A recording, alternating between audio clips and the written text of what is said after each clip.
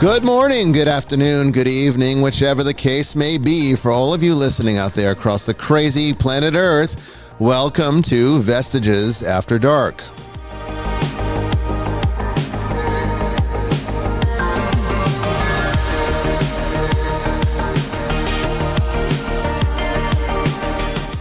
And I am your host, Bishop Bryan Ouellette, coming to you live from the deep woods of western Georgia on this October 8th, 2024.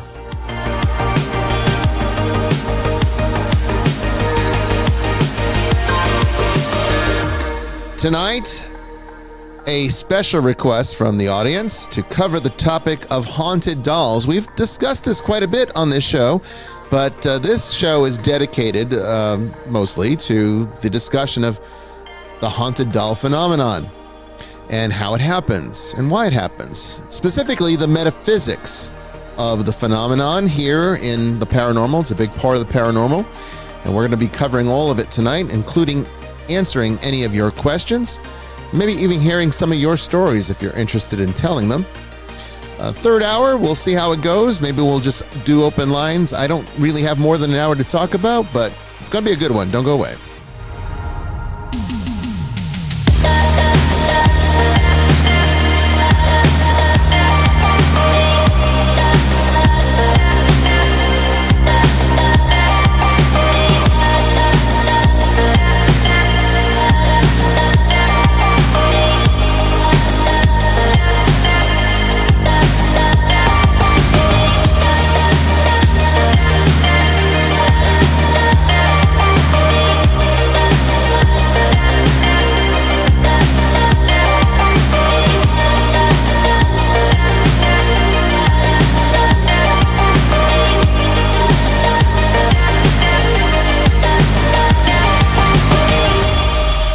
Hello, everybody. Welcome to a brand new edition of Vestiges After Dark. Once again, I am Bishop Bryan Ouellette, your host, with my co-host, Jamie Wolf. Hey, everybody. And I want to thank you all for joining us this evening. As always, we really do appreciate each and every one of you, and we thank you for spending your evening with us. We know there's a lot of choices out there, right? Used to be where, I remember when I was a kid, you had like 3 major channels that you could tune into on VHF. And then UHF had maybe 1 or 2 that you could possibly pick up if you were close enough to receive them. And that was it. You know, you didn't have, how many hundreds of millions of channels are on YouTube? There's lots of choices out there now, and we're happy that you're picking us because it's not just YouTube, of course, but it's, normal cable and everything else. I tell you what, I spent some time on YouTube this afternoon, and there are some silly people on there. Oh, well, because anybody can... thousands and thousands of followers. I know, yeah. Well, I'm like, really? Yeah, the more ridiculous you make it, the more popular it tends to be. Overly ridiculous. This show suffers from being, somewhat cerebral. Intellectual and cerebral, yeah. I think. People don't want 3 hours of, some people, most people it seems, don't want 3 hours of intellectual stimulation. Stimulate your brain. Yeah. I hate to say it, but that is very indicative of a larger problem. But it is what it is. Just a reminder to all of you that, remember, this is a show that is sponsored entirely by the church. We do not take sponsorships from major corporations that finance this. This is all financed by our church community and the audience. Hopefully, some of you, if you like what you see and you enjoy this show, please consider giving a donation to it. There's a QR code up on the screen for those of you on YouTube. In the chats, there are links that can take you there to our website where you can give a donation, preferably a monthly pledge. That's what really helps because that's where we can budget going forward and bring you even better content going forward and maybe even better quality feeds. Who knows? You never know what could come from more support. But we definitely put a lot into this, so we hope that you will put a lot back into it as well. I also want to give a shout out to our wonderful staff of volunteers who serve as your moderators out there. You'll see that little wrench next to their name on YouTube. They are there to keep you safe. Please respect them, and we thank them for what they do, because I'll tell you, we get a lot of trolls, not so much during this show, but a lot during the mass, it seems. Here lately, apparently been a few problems. Quite a few ignorant people saying ignorant things, and the moderators are the ones that sift through that all for you and get rid of it. And if these people really cause a problem, they block you, so you can't talk anymore going forward. So, we're really very happy that we have such a great team out there. We thank each and every one of them because they don't get paid anything. They take all the headache, but no compensation for it. None of us really get any compensation for this. We do this strictly as a service, and an entertaining service, but an educational one as well. There's nothing wrong with it being entertaining and fun, as long as you're learning something at the same time, which is what we try to do here. This show covers a wide range of philosophical, theological, spiritual, metaphysical topics. Tonight's no different. We're going right into the paranormal with haunted dolls, and yours truly is your guest tonight. So I'm hosting guest again, but I don't mind that. As long as it doesn't happen too many episodes, because I like talking to new people. I like bringing new guests on, and we have got quite a few new guests scheduled this season, and it's really kind of exciting because it's always something new, right? It's always something new perspectives that we can hear from, and that's what this show excels in. So I always learn something. Always, absolutely. But anyway, we got liturgical libations to start us off here. So what do we have tonight? Now, last week, I should say this. Last week, I shared my Martla 16 from my find in Las Vegas when we were out there. And this is Jamie's find from Las Vegas. So what do we have? This is the Redbreast Pedro Jimenez edition of their new Iberian Peninsula collection. And it has been finished and aged no less than 12 months in Pedro Jimenez Oloroso sherry casks. Yeah, that's what makes it nice and sweet. It's going to be, you get those dried fruits, figs. And you all know by now how much flavor. I love my Irish whiskeys or my Dalmores, my Speyside, my Highland. I'm a sherry fiend. I love sherry and whiskey. I think that is the oh my, yeah. Oh, Stop it. I can tell. So there's a lot of sherry in that. This was my find in Vegas, and I was very, very pleased. Some people actually think that the only purpose to sherry is to flavor the barrels for the whiskey.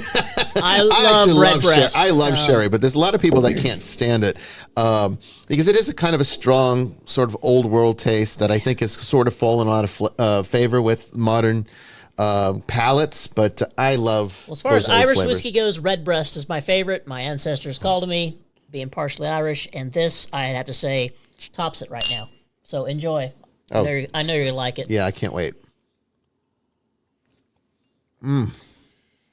Sweet. Oh, it's like candy. Yeah. It's almost like rum. Yeah. Just sweet. That tastes like a very it's old rum. Yeah.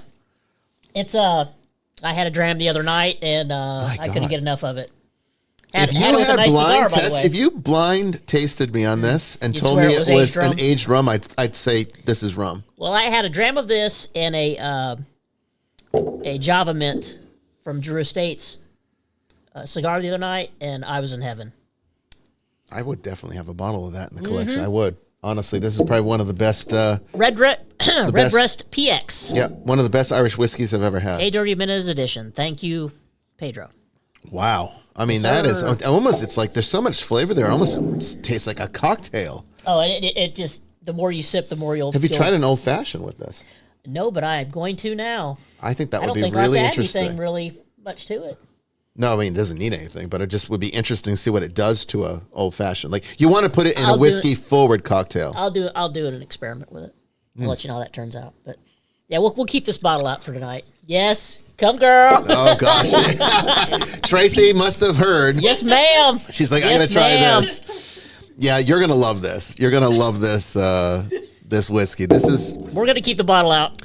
Now, tell yourself you're drinking rum, and tell me that it smells like rum. It tastes like rum. It smells like rum. It's just that sweet. And Tracy's going for it here. Y'all might know what you're doing over there. I'm just curious to see what she says here. So that was my find in Vegas, and I was very happy. So is that not come across a bottle, pick it up. Can you believe that's whiskey? It was like 100. It was like 120, 130. which That's is not too bad. Which isn't too bad for I something mean, you get for Irish whiskey, a it's on the special high occasion. end. Right. I mean, Irish whiskey tends to not fetch the prices of Scotch. Right. But this is a different level of quality here. It's a special edition. Yeah. It's a new No, this is- edition they're putting out. So I think Tracy's sold on that one. yeah, we'll keep it I open. would keep a bottle of that. It's open. Give me a Jamie pour. That's good. That's good. I might need a Jamie pour in a minute here too. This is really damn good. You should have be shared here. this one. This might go fast. Hey, well, I'll keep it here and we can drink it after Mass. Well, cheers to you. Maybe we can make old fashions after Mass Saturday.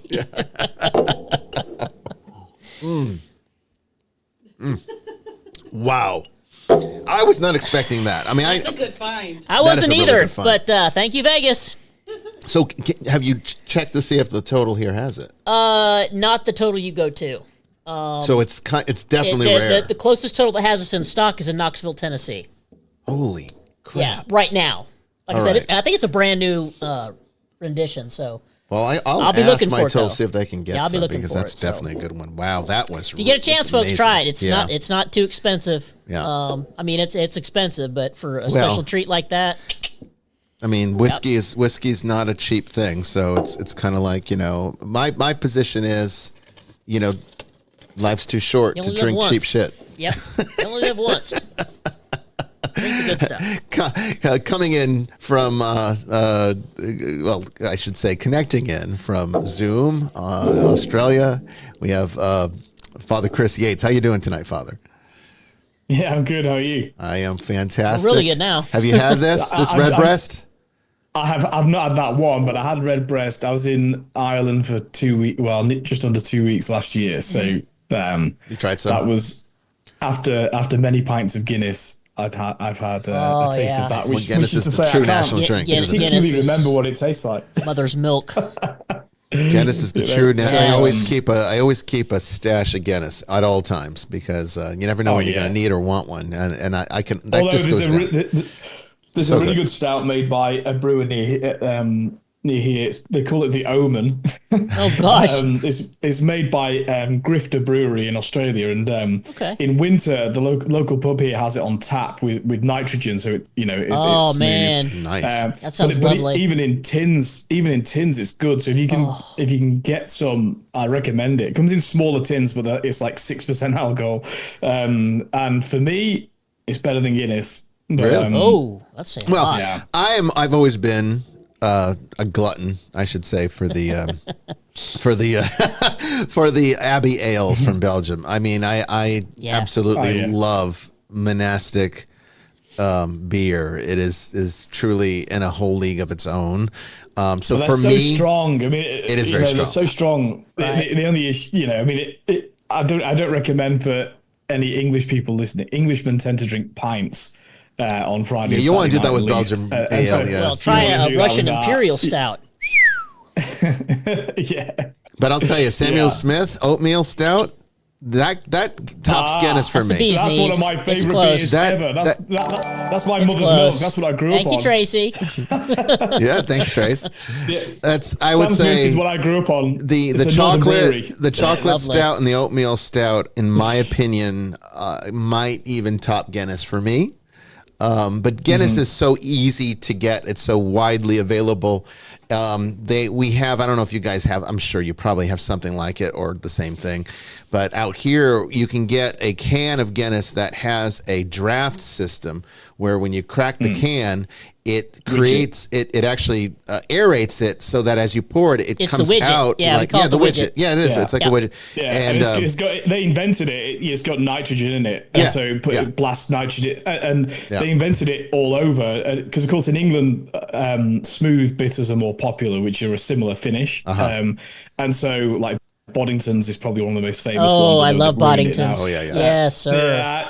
Originally, it was like an amazing beer, but I think they've catered to sweeter taste with it now. It's kind I of haven't gone a had it bit. in a while. gone a well, bit that's the thing. Coke. I'll tell you right now, I can't. But they borrowed the technology from Guinness. They invented it. Well, it's Yeah. a fantastic technology because it really does taste like it's coming directly from the draft. Mm-hmm. I mean, it really, there's no difference. You couldn't tell. But I'll tell you this, I do not understand the obsession in America. I don't know if it's this way out your way or you even about in to Europe, say but that I I word. cannot understand the obsession with IPAs. I don't get it. No. It's garbage. It's pure. Well, they're shit. also I could speak for 3 hours on this topic. I'll be very brief. Maybe we'll have to do a show on beers. I'll be very brief. Getting thirsty now. The IPAs, what is called IPA now, is a fraud. Okay, now It's not the real thing. IPA, the initial stand for India Pale Ale. Right. Okay, India Pale Ale. Yeah. Because when the British ran the world, we wanted to drink beer in India, in the Raj, and so Thank you, Matt. Thank you, Matt. So they had to brew beer stronger to make the voyage to India because it was kept in wooden casks. And it would go, normal strength beer would just go off. And so they brewed a stronger beer to survive the trip to India, and they called it India Pale Ale. It bears absolutely no resemblance to what are called IPAs now, especially in Australia. It's bitter shit. I think it might even be Australia's fault that what you've now got really? in America, because it's just fizzy piss. It's infused. It's infused hops. There's nothing else in it. It's just take hops, make it into an extract, and super concentrate it and suck that down. That's what it is, and I don't get that. That's what it tastes like. Hops is a subtle component that you add in there on the edge. Original beer didn't even have it. Like medieval beer, there was no hops in it. They did not use hops. Well, so real IPA is an ale. It's not fizzy. It's dark. Yeah. It's a dark mahogany colored beer. Yeah. And so my wife always says we have a fizzy soft drink called Passiona in Australia, and she just says, "Oh, IPA is just normal crap lager with a bit of Passiona poured in the top." That's pretty much exactly right. You know, and they're all the same. I don't get, because you go to a restaurant here in the US, okay, and the menu is going to be about 80 to 90% IPAs. Yeah. It's insane. It's why I don't drink beer out. Same here. No, same here. That's why the Omen was such a refreshing change, because not only was it a stout, but it was also on nitrogen. Not because Aussies like fizzy beer. I don't like fizzy beer. I prefer flat beer. More like Guinness. More like Guinness. Exactly. Yeah. So I do drink Guinness here. They brew it here now, which is a surprise. Interesting. Yeah. Interesting. Which means it's actually cheaper here than it is in Ireland, which is interesting. That's really interesting.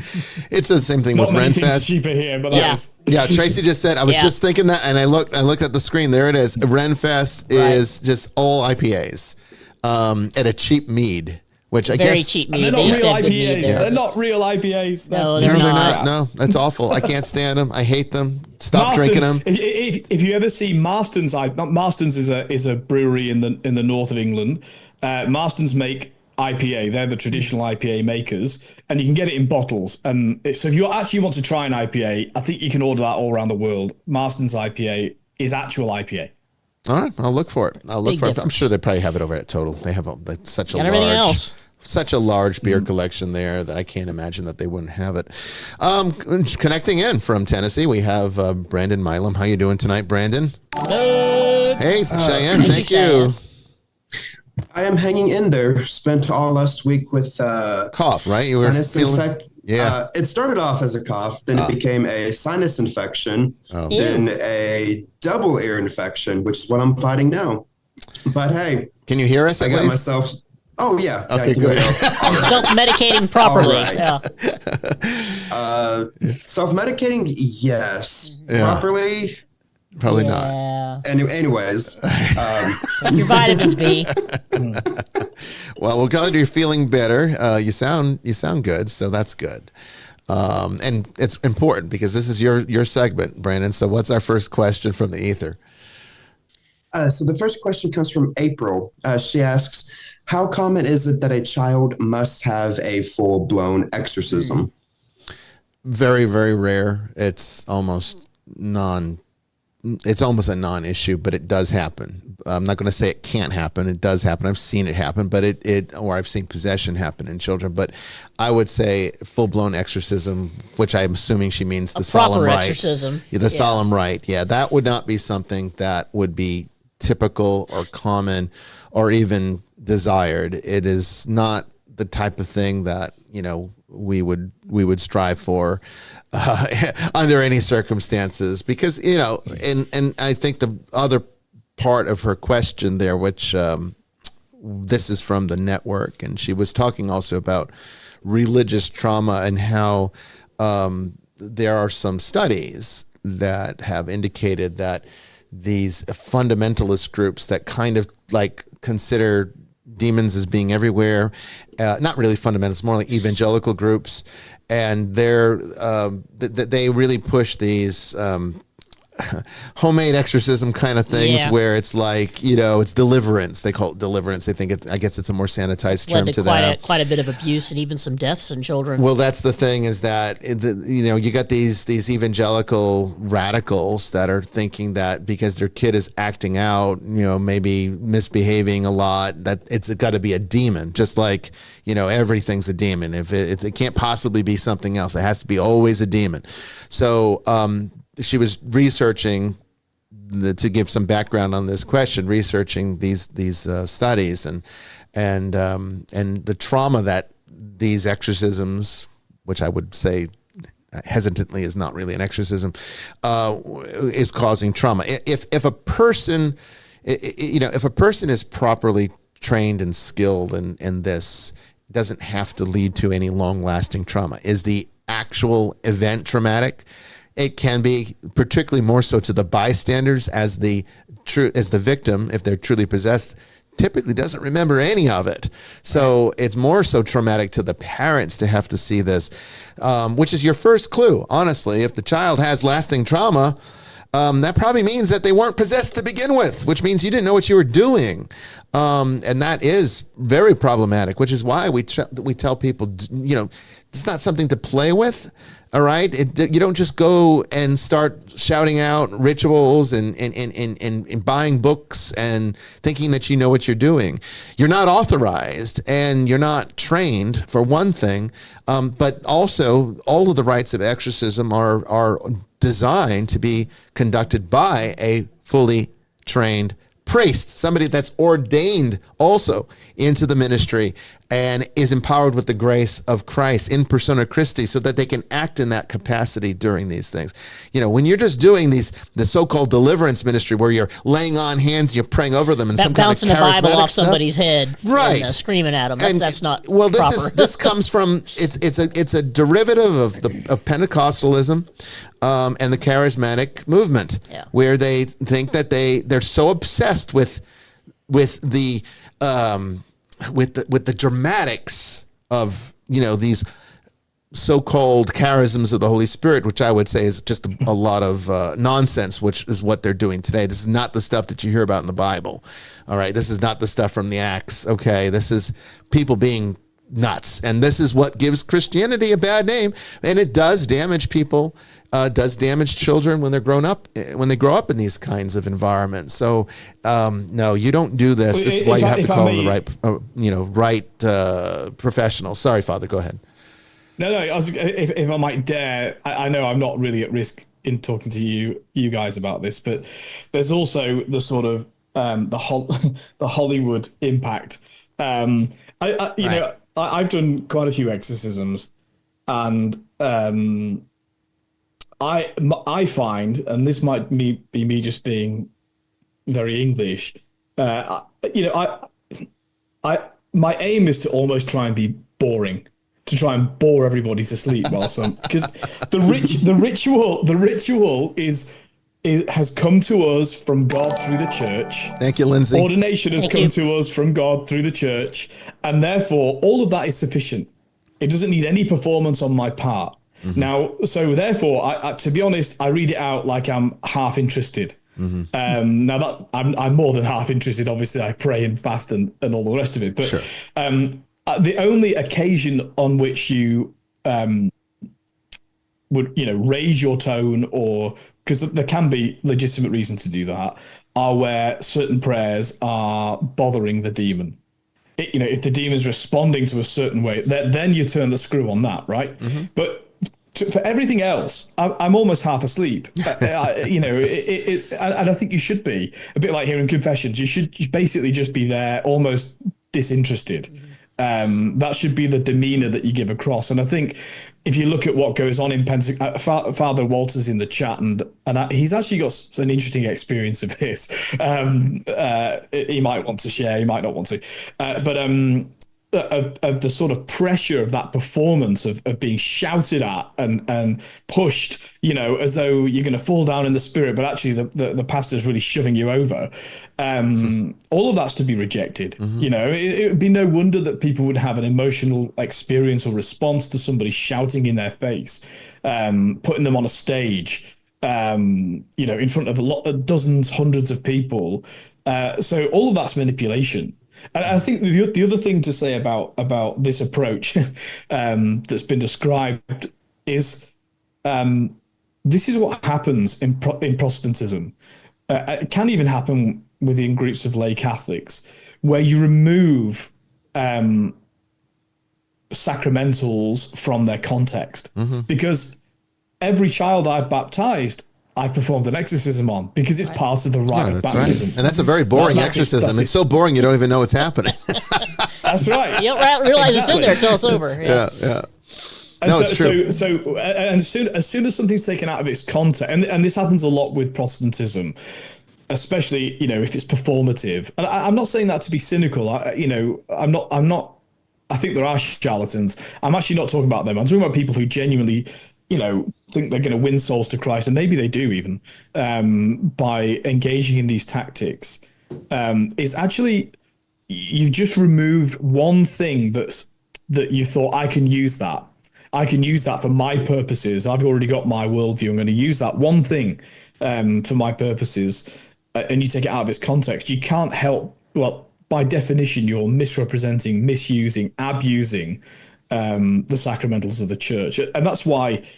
I'm happy to put it down to ignorance, but stop being ignorant. Find something out.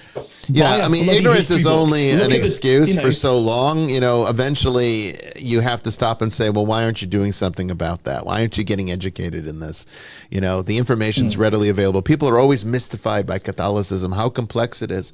It's like, what, you forget about Amazon? You can't buy a book? It's not that mysterious. Just buy something and learn about it, read about it. Even if it's simple stuff. One of the best books that Jamie always rants and raves about is The Idiot's Guide to Catholicism, right? Yeah. Yep. There's a plenty of sources out there, and not Google and YouTube, unless you're watching this show. I wouldn't recommend those as sources.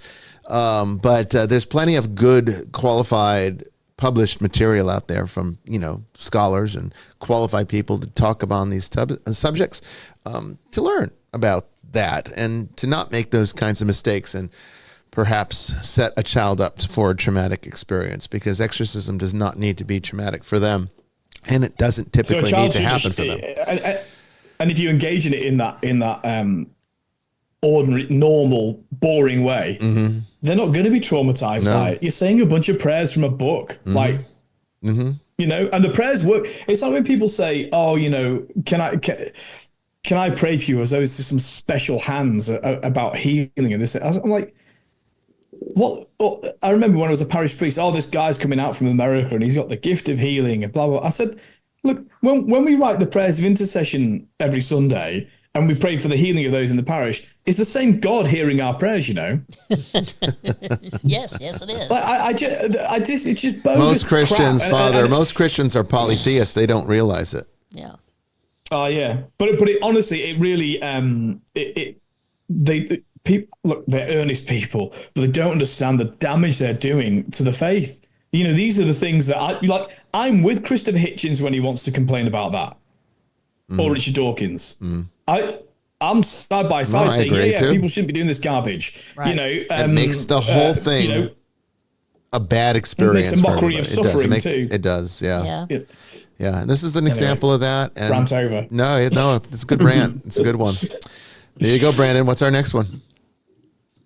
So the next question. I was talking to someone about archetypes, and they had asked, why should they, as a Christian, care about archetypes and how they manifest in other religions? So how would you answer that? Well, I think my answer to that on the network was, okay, cool, because it's like, I don't care. I don't care if somebody believes in archetypes or not, or applies them to the Catholic faith or not. It's not relevant to me. It's relevant to my students because, the goal of the Forbidden Truth webinar is to more perfectly engage with these things on a deeper, more esoteric level. But that's not a necessary function of conventional Christian practice, nor is it, it's just not something that anybody needs to have, particularly if they're not predisposed towards it. And so the archetypal aspect that I apply myself to in class or whatever is more so for students that are looking for a deeper experience because they're not getting the answers that they're seeking within the conventional system, which is very common once you reach a certain point. I really think it has to do a lot with the evolution of a person's spirituality. As they develop, their questions become more complex and more difficult for conventional systems to answer. And the problem is that most pastors, unfortunately, who should be at the scholarly level for this kind of stuff, are really just kindergarten kids too when it comes to religion. They're not really very qualified or skilled in scripture. They don't understand theology at all. I come across this all the time, even in the Catholic faith. Just because a person's a priest doesn't mean they're good at what they do. A lot of people choose to become priests because they've got issues. Honestly, I'm not lying. Catholicism attracts not Catholicism, but the priesthood as a career attracts people that are not necessarily functional in the world, and they use this as a way of feeling functional, and the work kind of buries them in it. And they just don't become good priests, because the other side of it is that unless you're going to go out there and do some real atrocious things, you pretty much have eternal job security. Working for the church is a lot like working for the government. You're just never going to get fired, and you can just kind of just like hang out and do squat shit. And the worst that will happen to you is they send you to some monastery somewhere to do the basics to pray. And that's it. So it's like, I think that the problem is that you get people that are genuinely called by God, who are very ambitious in the work of the gospel, and that regular life can't satisfy that. And then you get people that are just looking for a way out of living, and this is a good excuse for doing something. It's almost like a type of nonviolent suicide for them.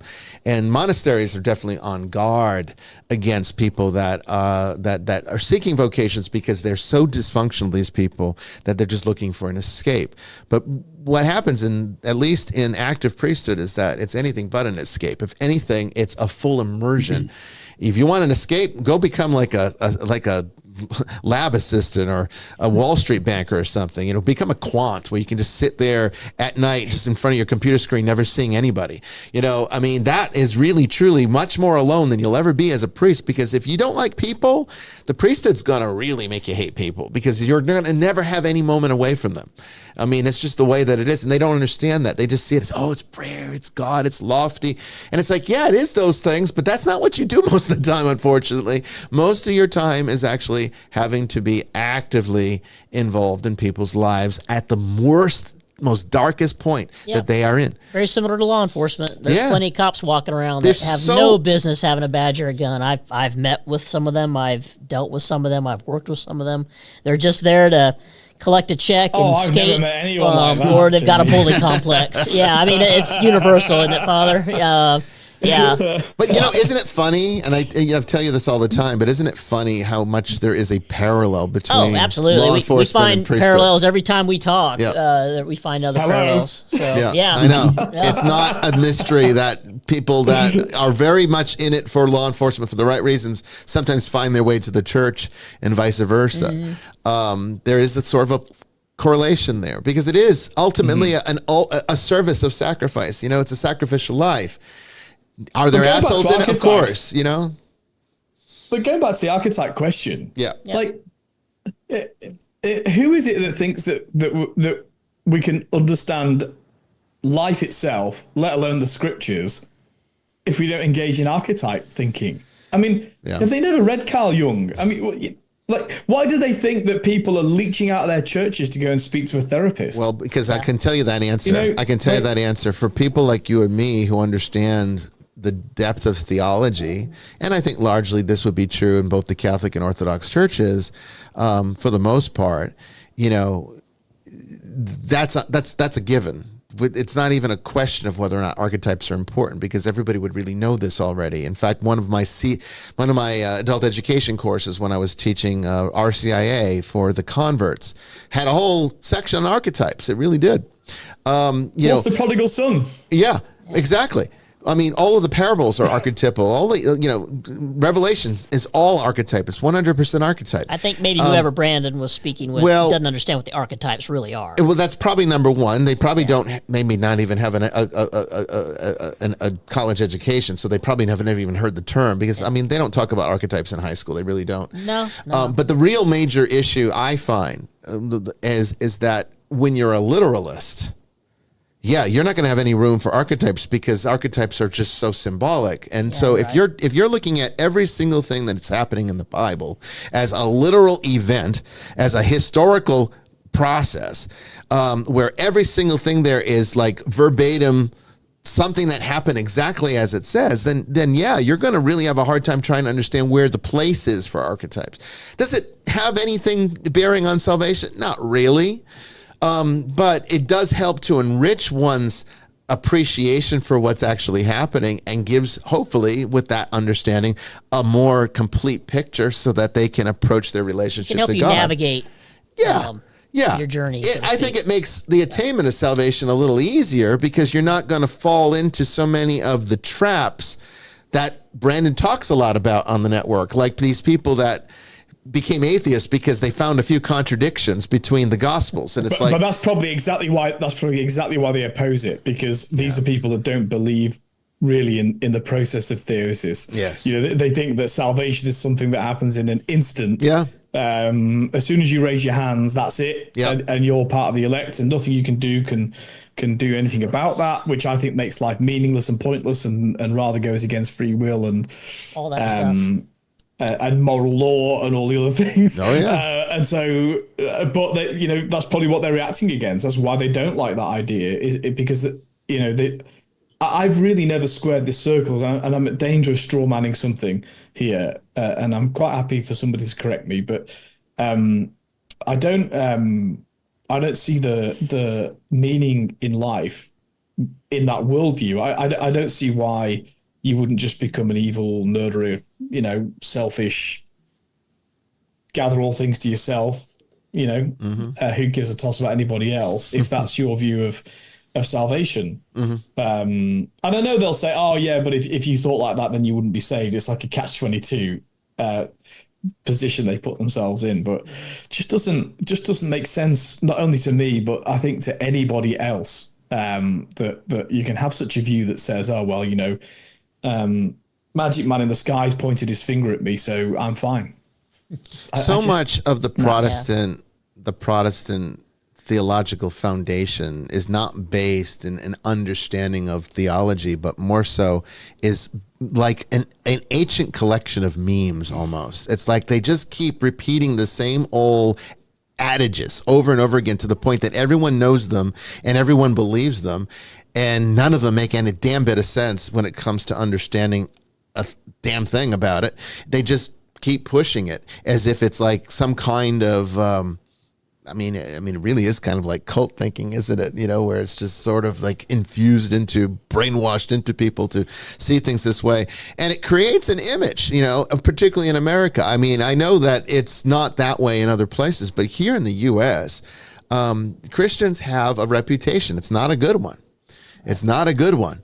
And the problem is that it's a justified bad reputation. It's not as though they are not fully complicit in that. It really is. It's not just hatred because people hate Jesus, or they hate the Bible, or they hate religion.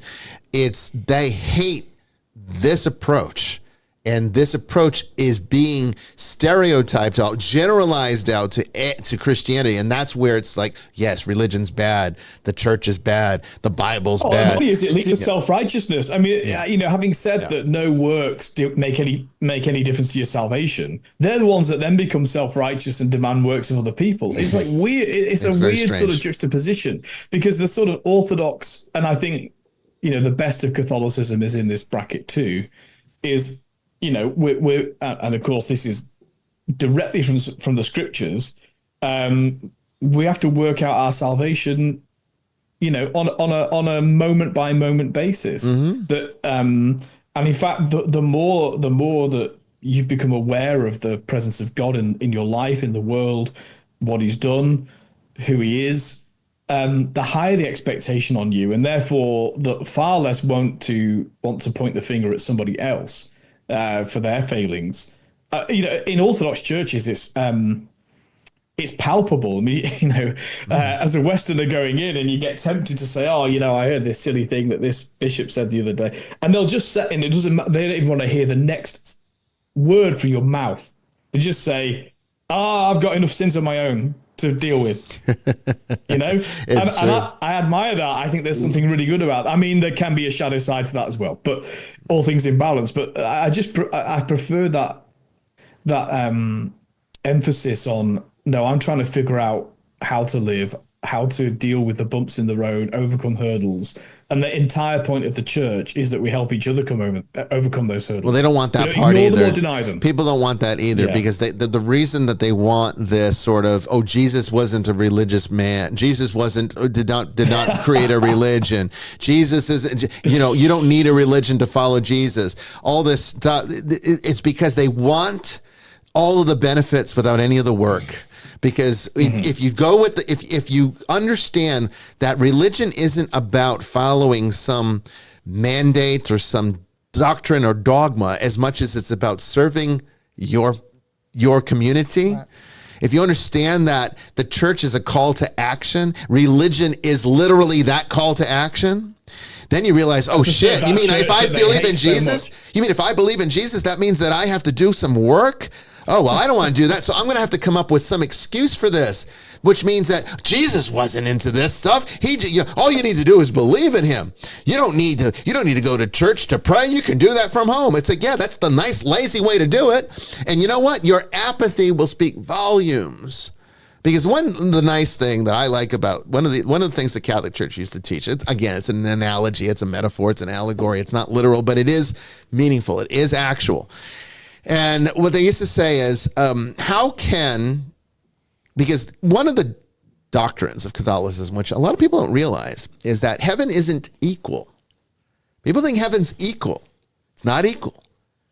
The only thing that is egalitarian about heaven is that your happiness will be full, but your capacities are not going to be the same. And so a person that has exceptional understanding of the meaning of the church, of the meaning of religion, the reason why it's important, and actually does what Jesus says. We serve. We're the last. The last come first is how he puts it. But that's the same thing. We put everyone else before us. People that do that and do that well, all right, and are truly selfless and do take on the mind of Jesus in the work of the church, are going to create a massive capacity in comparison to people that just believe in Jesus and do nothing else. Yeah, I mean, that might be enough to get salvation, but it's not going to be the fullness of heaven. It is going to be the fullness for you. So one of the ways that it was described to me by a priest was that you could have a little shot glass, or you could have the entire ocean, okay? They're both full.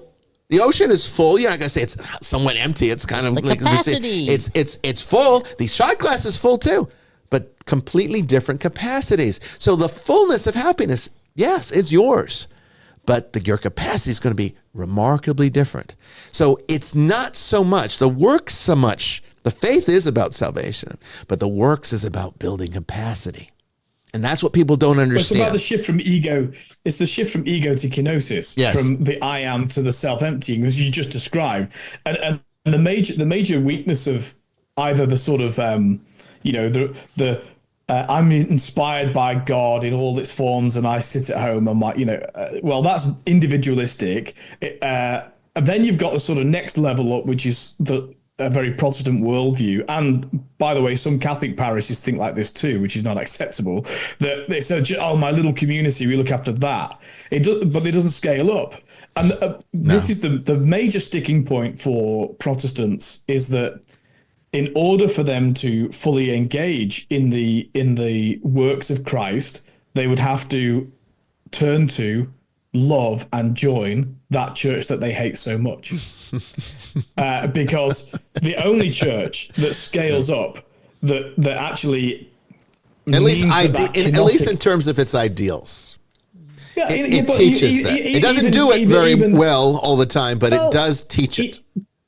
But even the flawed, because it's made up of people like me, even the flawed Catholic Church, with all of its faults and all the rest of it, is still truly universal, affecting the works of Christ in a global manner. That their leader, he might be a hopeless Argentinian, but actually people still listen to him, right? And so that's what I mean by scaling. This is also a criticism of the Orthodox, because it's not their theology, I think it's much more so their culture, much more very so ethnocentric, yeah. And so very actually, ethnocentric. The true kenosis is to get over your own ego and say, you know what, that church that I can pick holes in and find fault in and disagree on an intellectual level with some of the things and blah, blah, blah. Actually, the ultimate kenotic act is to get over yourself and join that church and help to make it not perfect, but a little bit more effective where you are. It's just like I said, you can leave the church because it traumatized you, it hurt you, it pissed you off, or you can be like, you know what? I'm going to stand resilient and be a force for change. You can take one or the other. I did both. I left the church and then I realized, screw that. I'm going back and I'm going to fight. And this is how the Nicolaitan Church was established. Honestly, it's part of it, because there were other people that felt the same way. Let's be a force for change instead of running away like children, like cowards. I wasn't going to be a coward anymore. All right, Brandon, we've got one more question, I think, from the ether. What's that one? So this one is a lengthy question. It's from Bhavana. I hope I pronounced your name correctly. I do apologize. Yeah, I think that's right. She said, I'm listening to your sermon on marriage, and you spoke of how marriage is a necessary sacrament for a relationship with God. You mentioned how human beings are creatures with sexual desires, and marriage is a way to channel that into a sacred bond through the church. I am asexual with no sexual desires, and I have no desire for a marriage relationship or any romantic or other relationships with a man, but I have a desire to be in communion with God, and I pray on my own. Should I force myself to marry, even if I have no such desire? Okay, no, baby two things Please here. Don't. Okay, so two things here. Number one is that I didn't say that. What I said at that sermon, and you can go back and listen to it, what I said was matrimony was a necessary sacrament for a relationship to God. It was not a necessary sacrament for a relationship for all people.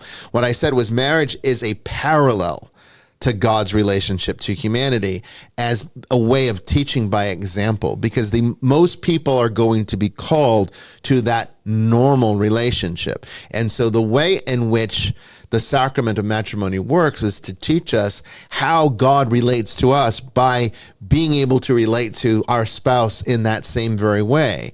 And it's a teaching type of action. And then it creates new life, and new life through that relationship is which, helps to fulfill the command of be fruitful and multiply. It's just part of the creative aspect of God, which we inherit through being made in his image. But that doesn't mean all people are called to matrimony. There are people that are called to celibacy. That is a thing. And typically, though, when God calls someone to celibacy, most people are going to be called to matrimony. But if you're called to celibacy, it's usually because you are being called to a deeper relationship with Him, which means it isn't an excuse to say, well, I don't like sex very much, or I don't like people very much. I don't want to be married. I don't want to go through all that.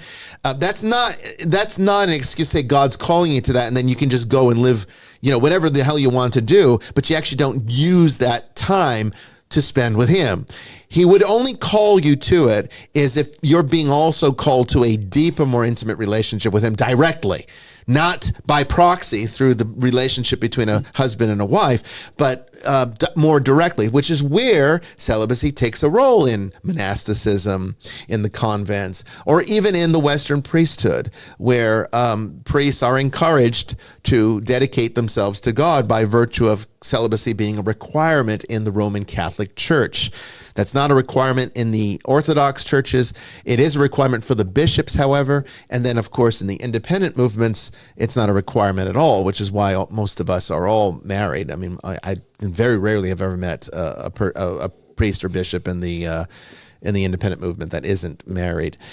But so, and then that's an example of how God could call us to both, but it's a much more difficult life to be called to both. And it's a very difficult life to be called to be a celibate, because our natural biological proclivity is to come into union with another person and to experience and maintain a healthy sex life. So, I think it was a complex sermon, and look, I'm going to be completely honest with you. The older I get, the more difficult I'm finding it is to do evening masses. I'm tired at 7:00. And part of it's because I don't have a normal sleep schedule, but my normal, when I'm not doing, when it's not Saturday where I have an evening vigil to serve, 7:00 is when I'm resting with a drink. I'm done with dinner. I usually eat, supper around, 5 or so. And by 7:00, I got the cat between my legs, and I'm watching a show or listening to music, and I've got a nice drink, and I'm relaxing. So to get all charged up and ready to go at 7:00 for mass has become increasingly more difficult in recent times. Part of it's age, I think. Some of it has to do with that our schedules have changed over the years. So when we first started doing evening vigils, we had a different type of lifestyle than we do now.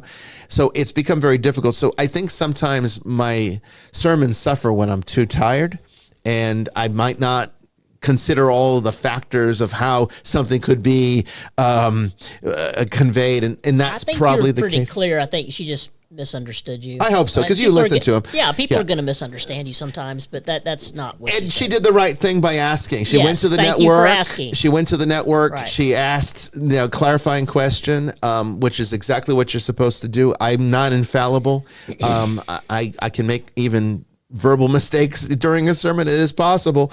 But I went back and listened to my sermon just to make sure that there wasn't. And I can kind of see where if you're not reading between the lines, you might make the assumption she did, but no, I want to make it very clear.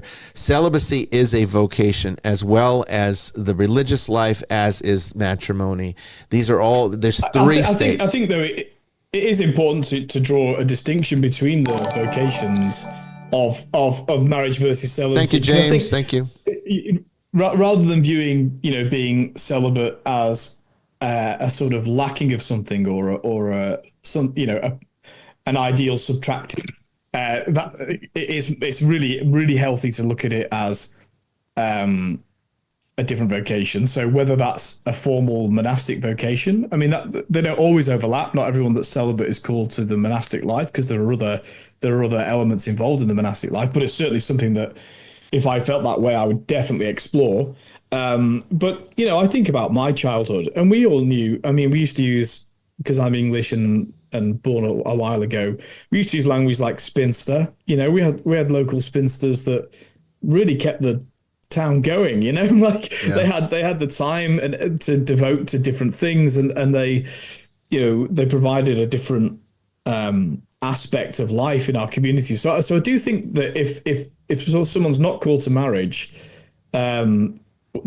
First of all, definitely don't marry somebody if you're asexual. That would be a cruel thing to do. No, sexuality. That was another part of the question that really came not in. fair to the spouse at all. I should add that as a caveat here, that somebody actually added a qualifying question to this discussion on the network, and they wanted to know about, being called to be in a relationship but not be sexual. I said, no, there's no such thing.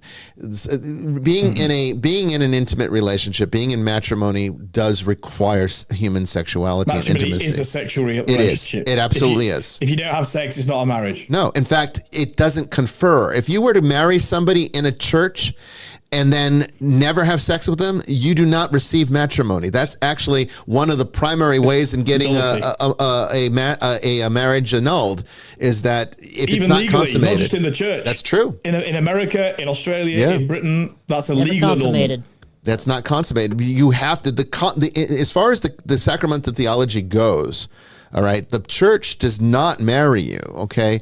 The priest and the church stand as a witness to your intention to unite as the two become one flesh. And then you go on your little honeymoon and then you have sex, and that's when it really happens. That's when marriage is complete. That's when the sacrament has fully been resolved and becomes the union that it is. You can't do that without, and likewise in reverse. If you're called to be single, this is why I don't use the word called to be single. I say called to be celibate, because it's one and the same thing. Being called to be single doesn't mean you go and have sex on the side with whoever you feel like. That's fornication. That is mortal sin from the theology of the Catholic Church. Okay. So it's one or the other, folks. As far as the Christian life, whether you like it or not, don't blame me. Don't blame the church. Jesus said this. Okay. It's irrefutable. It's deeply countercultural, though. You're right, though, but deeply countercultural to tell a group of people that your preferences and your what you will for yourself right now is not something that you have to submit to for the rest of your life. That you can, in fact, conquer those urges and deepen your character and become something better. And that there is, in fact, better and worse when it comes to relationships. Oh yeah, absolutely, it's true. But that's very countercultural to tell a group of Americans, Brits, Australians. That's fine. That's fine. But the fact of the matter is, again, we're not coming up with this shit because we want to be hard ass to the rest of the world. It's not our shit. It's not our shit. Okay, you want to blame someone? Blame Jesus. He's the one that said it. We are the messengers. So if you don't like it, then you don't like what Jesus said. It's not what we're saying. Okay, this is the way it is. I'm going to be honest with you. From a psychological, biological standpoint, which, my background is not really religion. I do have a lot of philosophy in there, but my education is in psychology. I was also pre-med for a while, so there's a lot of biology in there. And I can tell you from a biological, psychological standpoint, this is completely unhealthy. From a biological, psychological standpoint, primates are designed, all right, to have multiple relationships and not to commit to many. We are not a species that commits for life. This is part of the challenge of the spiritual life, to rise above your human nature. That's what religion is for, folks. This is why you need it, because it's not about doing what feels right. It's about transcending what you are and being made perfect through that process. That's the whole thing. But people want to just... That's why it's hard. That's why it's hard. And it's supposed to be hard. And you are going to screw up. And that's why the church has protocols for that too. Why we have confession. Why we have the forgiveness of sins. Because we know you're going to screw up. Okay? We know most people are not going to be able to handle it. Okay? Most people are going to fornicate. That's the most common sin, I think. Most people will. This is what makes me so angry about people that get angry about homosexuality. The sin of homosexuality is fornication, because they can't get married. I don't know why people can't understand that. All right, we're going to be taking our break here, and then when we come back, we'll get on the subject of haunted dolls and stuffed animals and talk about how that happens. Don't go away. When I'm with you, I am able to keep pushing my limits, and all the drive that I have, well, I'm going the distance with you. I didn't know what I had till I knew what was missing, and everything that I dread, well, I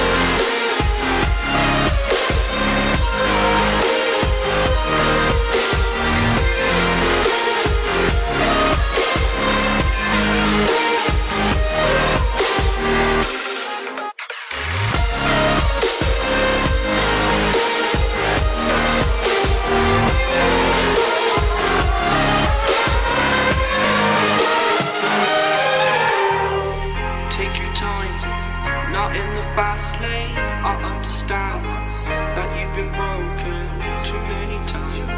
But I'll be waiting to mend your wounds from all you've taken. But if we listen to each other and make our mistakes, then I can show you who I am, because I'm not the same. I'm better with you.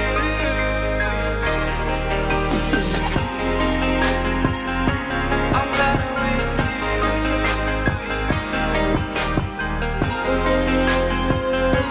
I'm better with you. Catch me when I fall, and I'll keep you off the ground. That's when I knew that I need to spend my life here with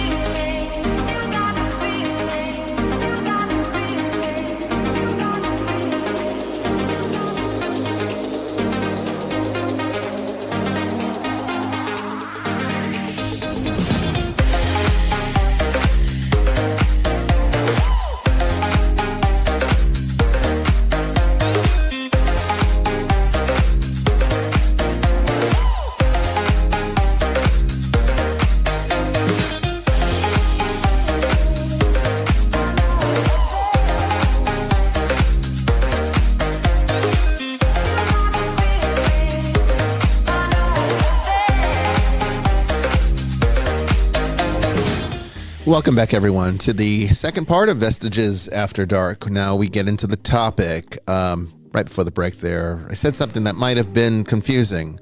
I get angry at Christians who blame or attack homosexuals for being homosexuals, saying that they're these horrible sinners that are going to go to hell, when the sin of homosexuality is fornication, and everybody does that. But nobody complains about that one. You know, it's very hypocritical to me. And that's what I was trying to say. I don't think I got it all out there before we went to break. I want to make sure that was clear. But right now, we're not talking about fornication. We're going to be talking about haunted dolls. And I've got a presentation for you, and then we'll discuss. And we'll see where it goes, okay? So don't go anywhere.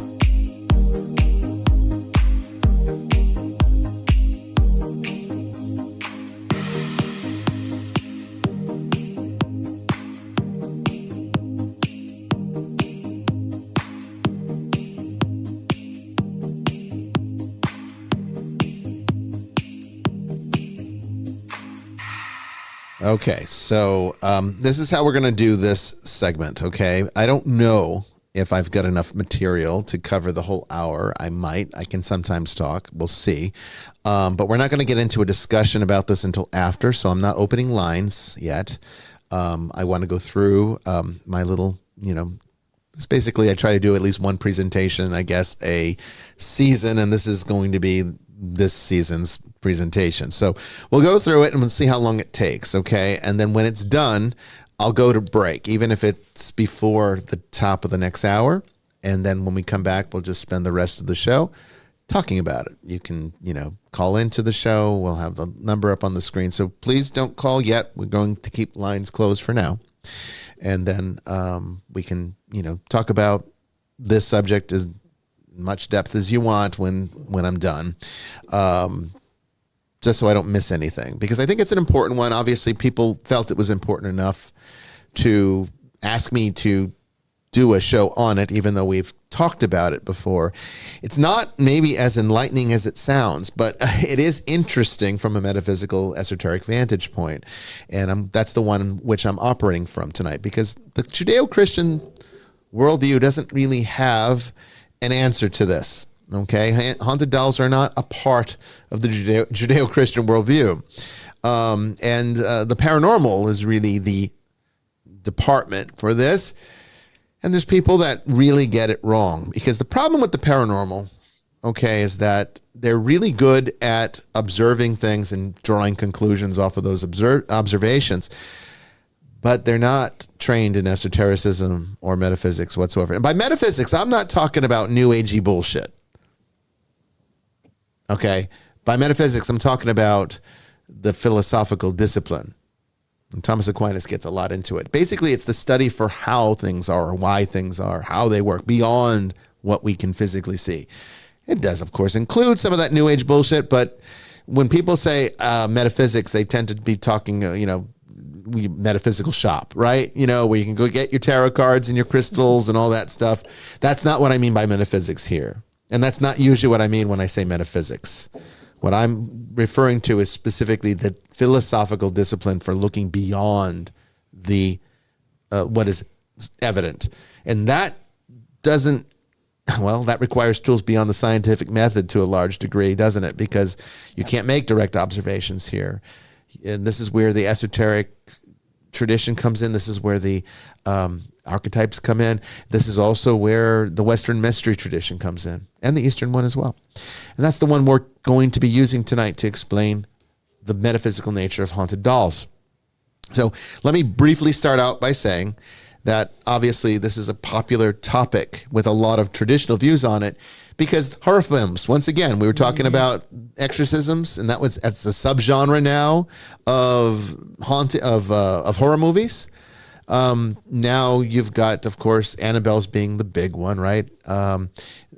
Peggy the doll at the Haunted Museum. There's a lot of haunted dolls through history, to the point that this is a fairly recent phenomenon, honestly, because I put out on the Nickelodeon Network several months ago this commercial from the 1960s of a doll that some toy company was advertising for Christmas season that year. It's before my time. I wasn't born yet. But they had a little girl, and she was playing with this doll that was the new doll. And this doll would like whisper things to her, like, "You're my special friend." And it's so cute and endearing to this little girl and to anybody else in the commercial. I think there might have been some parents there or something else. But today, that's like scary shit. And that wouldn't have been the case in the 60s. Nobody would have thought that was spooky at all. Just like clowns. Remember Bozo? I grew up with Bozo in the 70s. Bozo. Grand prize game, baby. Yeah. Bozo's now like a freaking killer now. I mean, he's like It, and you got the Joker, you got It. And there's, God knows, the other crazy clowns out there, right? And the whole thing is that this was never a thing. Circuses and clowns were fun and silly for children. I Ronald confess McDonald is an that example. I'm scared of clowns. But always? Always. Even when you were a young kid? Yeah, I've never done That's well with interesting. clowns. Nope. I mean, I guess, maybe it's their You saw me in the Haunted unpredictable Museum nature. when I warned the hall of clowns, and I said, "I will punch you." I do remember that. They didn't bother me. But the reality is, though, I'd like to get into the heart of that, because there why I have was this no reference for it prior to, I think, really the first time that this was actually a thing. I think I know was why. Batman. I think I know why I'm scared of clowns, but I'll tell you later. Well, they are unsettling because they're unpredictable, and some children might not like unpredictability. Most animals don't. If I don't say hi to Heathcliff the same way every morning, where he comes right into the door and I have to pick him up and he has to do his stretch against the wall. This is a routine. If I don't do that, he is not right for the rest of the day. And that's why he gets upset when I go on trips or vacation, because I can't keep his routine going. So unpredictability to animals can be unsettling, and I think clowns are supposed to be unpredictable, and that can be unsettling to some children. But overall, they were never really, from a large perspective, seen as a menacing thing until probably Batman with the Joker. I think that's probably one of the first origin points of that. And then, of course, Stephen King's It. And I'm sure there's a whole bunch of other ones that I'm not thinking of right now. Same thing with haunted dolls and dolls being creepy. Okay, that started. Look, I had a Raggedy Ann. Most kids had. If you were a girl, you had Annie. If you were a boy, you had Andy. Andy, and there was nothing scary about that. I loved that thing. I don't know where it is, but I loved it at the time. And now. I mean, I'd love to talk to the manufacturer of this doll and see if people still buy them. And if they buy them, are they really buying them for children, or are they buying them because it's a Annabelle? You get your Annabelle. Yeah, I think it's more of an Annabelle type thing. And so understand that some of this is a shift in consciousness, a shift in psychology. Okay. And that's where a lot of this is coming from. But that doesn't make it not real. In fact, it makes it more real. That's the problem, is that the thing is that psychologists are really good at explaining how things happen and then poo-pooing all the supernatural aspects to some of this stuff. But the problem is it's both. The psychology creates the supernatural aspects that we deal with. And then the unseen world which is the larger part of this universe, fills in all the gaps. And that's where the paranormal part comes. So we have to look at it holistically. We got to look at it from every vantage point. We can't just pick the one that we like. And most people, most practical thinkers, are going to want the scientific, psychological approach, which is valid, but incomplete.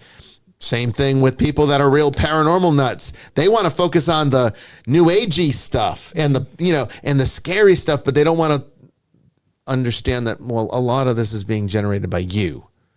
And they don't want to accept that. They want to believe that there's like a demon out there possessing a doll. Well, I hate to break it to you. If you're tuning in to hear me say that, you're going to be disappointed, because that doesn't happen. Demons do not inhabit dolls. In fact, demons don't inhabit anything. We take on them. We inhabit them.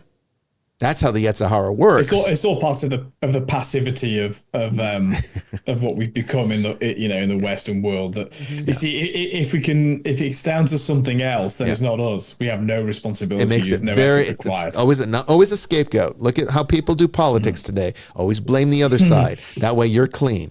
You're the good guy. They're the bad guy. Yeah. You want to play Star Wars. You don't want to grow up. Put your Star Wars figures away. There's real lives at stake here. I have a whole room dedicated to Star Wars. I know you do. I know you do. Okay. But I don't think you're playing around with your little Darth Vaders, are you? Oh, you do? Maybe a lightsaber. All right. Well, that's different. All right. So I want to make sure that we make clear that when a doll is classified as haunted in the professional sense, that in the capacity that we work, this does not imply, nor does it mean in any way that it is inhabited. Miriam, thank you for liking our broadcast. It doesn't mean it's inhabited. Okay? There's not a demon going into this object. That's not how it works. We can talk more about that later if you want.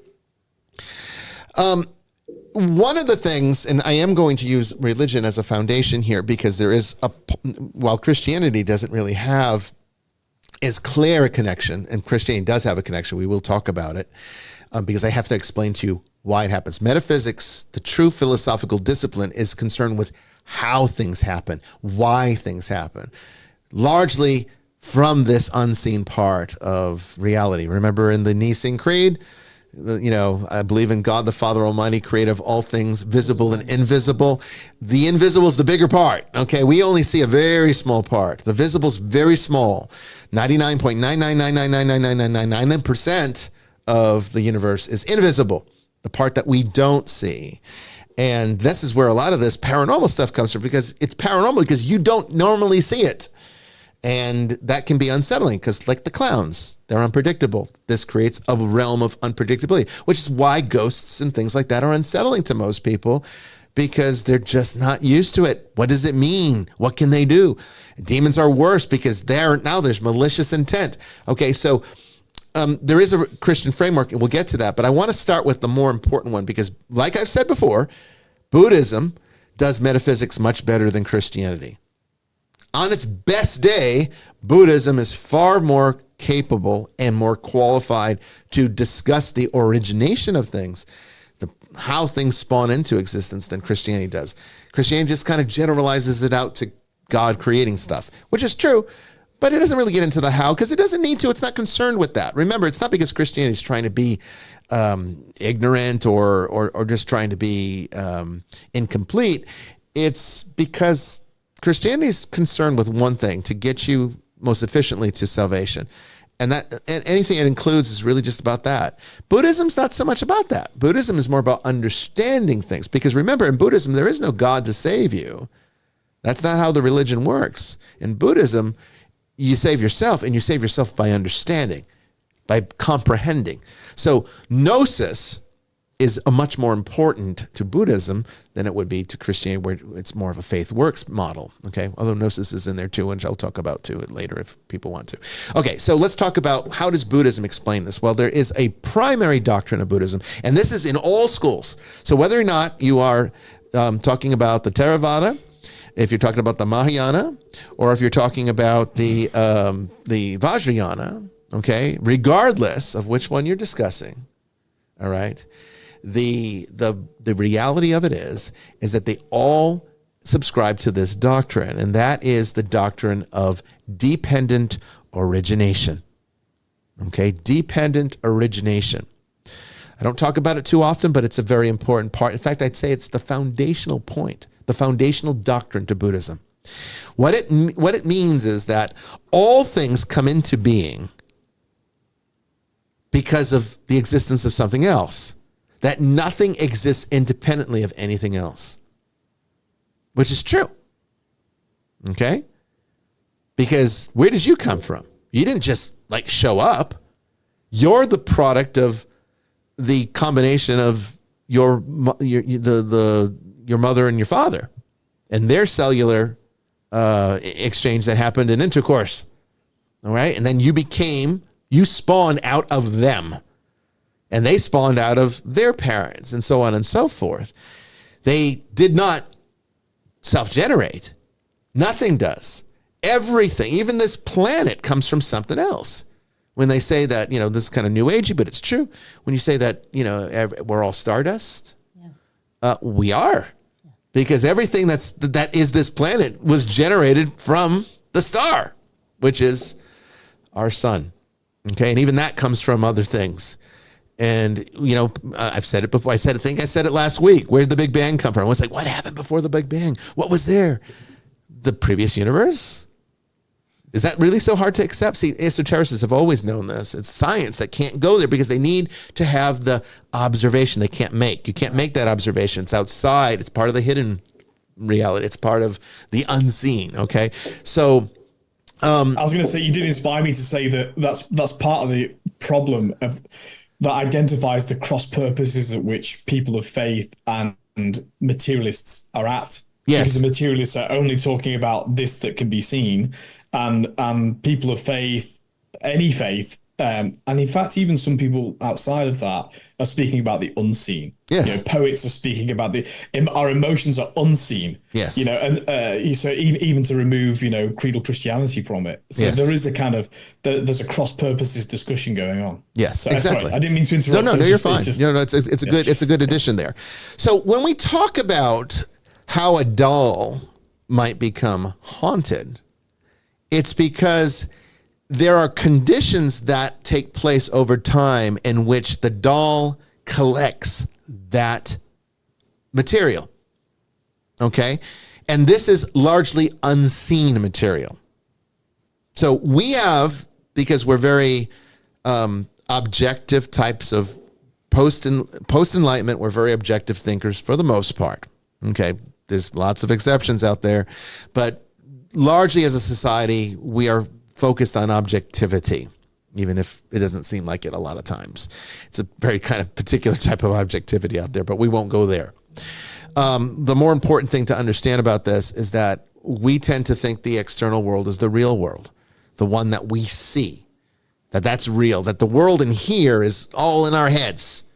And it's the other way around, because this is largely connected to the unseen, and all that we can see is just small, like I said, 0.0000001 of reality, 1%. Okay, so the part that creates the haunting is when a doll collects over time other energy around it, vibrational energy. That, again, I don't want to sound too new agey, but it's really the best term here.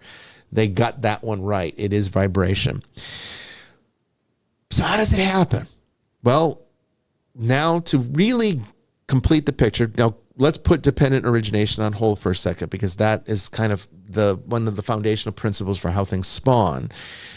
Then we have to talk about, well, then how does a doll go from being this inanimate piece of plastic or something from the store to now something that people believe to have an attachment that's malevolent, for example, because no one talks about dolls that are good, although we've got one over here that we do. Is a little animated. We'll talk about that one on the third segment, so we'll get back to that. But most people are concerned with the evil dolls, right? The Annabelles, okay? So how does it go from that? Like, what is taking place? Well, of course, the paranormal field's largely going to say, a demon's gone into it. A demon's attached to it. And It's like, no, not really.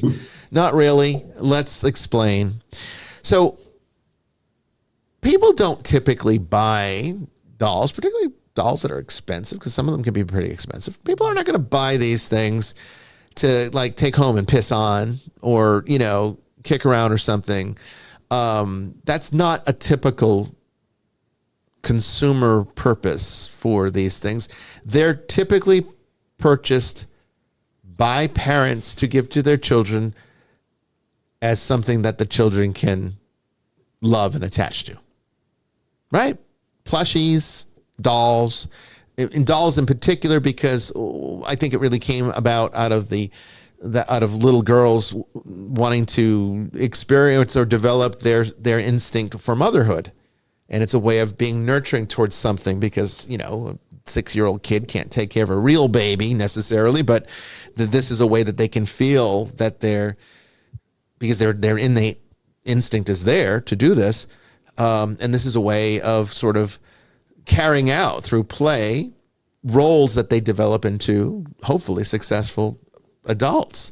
You know, all play is sort of imitation. Look at even cats do it. When you see cats attacking each other, it's not that they like wrestling. They're teaching each other how to pounce and attack prey. That's what it's all about. That's why they spend so much of their time, kittens, attacking each other, because it's all about learning to develop the skills necessary to survive. And so little girls wanting to have a doll to mother is their way of learning how to fulfill their function in life, which is to have children. I know that sounds so antiquated in our modern society, but that's what your biology's doing, folks. Okay, so let's be realistic here. Okay, that doesn't mean that that's all women are good for. That's not what I said. But understand, biologically, that's the only thing biology is concerned about is, you know, females are to get pregnant. That's what biology cares about. It doesn't care about your career. Doesn't care about whether or not you can contribute to, you know, a multi-billion-dollar corporation. Survival of the species. It's about survival of the species. Yeah. Same thing with men. All right. Men are the aggressors because we bring the food in. That's basic evolutionary psychology.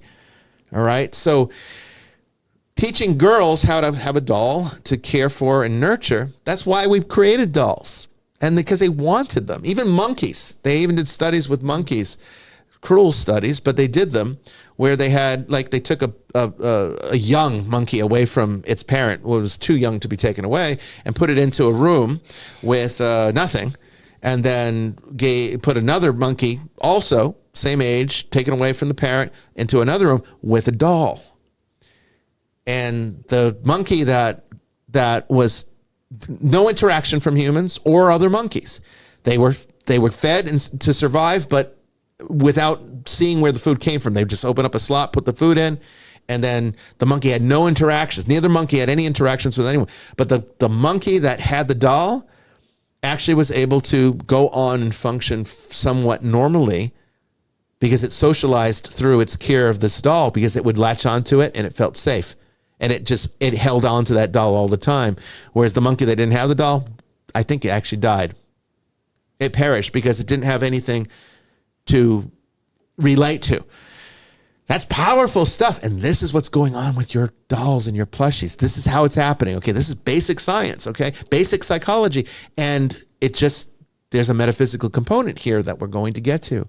So what is God? Well, the Bible tells us God is two things. All right. God is life and God is love. That's it. You could actually argue that when you put those two together, you get freedom. But we're not going to go that far. We're just going to go to the basics, the foundations, the fundamentals, and say that you can reduce God down to those two simple things, life and love. The Bible even calls him this. Jesus says, I am the way, the truth, and life. And in another place, it says God is love. Okay? Just good Christian theology right there. We also know that all life comes from God. There would be no existence without God. That's the nature of being a creator. We also know that we're made in his image, which means we are creators too, which is how we're able to have sex and create new life. That's a very powerful thing that we're very irresponsible with. Okay? But yet we are allowed to do it. So when we explore the metaphysical connection between what it means to love something and what it means to live, from a spiritual point of view, they are essentially one and the same thing. There is no difference between the two.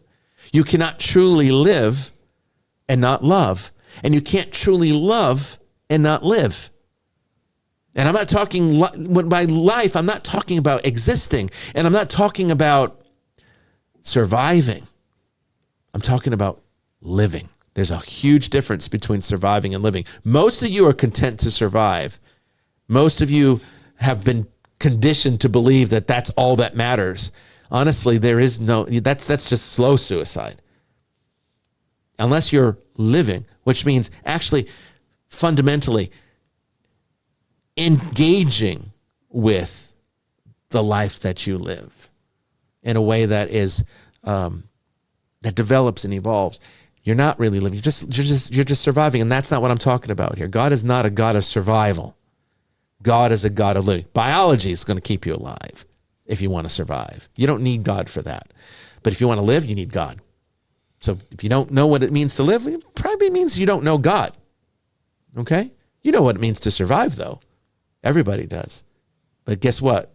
Even the best survivalists end up dead eventually. So what happens when a child who is alive, made in God's image, a creature of creation, directs its love towards something, as a little girl would towards her doll, because she's doing what her biology is telling her to do, which is to nurture and care for an offspring that she can pretend is real. But we all know pretending is not is not just a game. It is the rudimentary source of all existence, because isn't the architect just pretending that he's building a building when he's designing it? This is pretend. He's just writing things down, little sketches. It's not a building yet. But that pretend becomes a building. So when that child pretends that they are loving something, that becomes real love. And because love and life are the same thing, because they're both fundamental properties of God, then that direction of love and life that the child puts towards the doll starts to become the doll. Okay? And then the doll starts to actually take on some of the personality of that life and love, largely only for the child to see. Because as far as the doll is concerned, the only thing that exists is the child. It's the only thing it knows, because the parents aren't typically loving and giving love towards the doll. Nobody else really is either. Just the child who truly loves it. And that becomes a real thing. It's not it's not all in her head. It's real love being dedicated towards a real object that starts to actually feel it, because it's not that the doll in itself was manufactured to feel anything. It's that when we direct love towards something, we make it alive, because love and life is the same thing. It's how we are able to use love in sexual relationships and produce life. That's how it works. Okay? The sacrament of matrimony is this. This is what we were talking about earlier, about why sexuality is necessary, why love is necessary. These are foundations to the sacrament. Okay, this is how you can get an annulment for a bad marriage, because if it can be proved, at least in the Western Church, that there was no love there, well, then there really wasn't a sacrament there, because the love is part of the necessary intent. That's part of the matter of the sacrament, right? And sexuality is another part of that.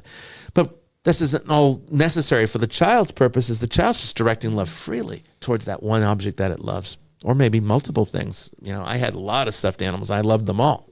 Okay. So humanity, being made in God's image, it has that creative faculty and can create through it, because we also exist and live on life and love. And the child's doll becomes part of that faculty, okay, and is infused with it. over time, becomes a relationship. But what happens when the child grows up?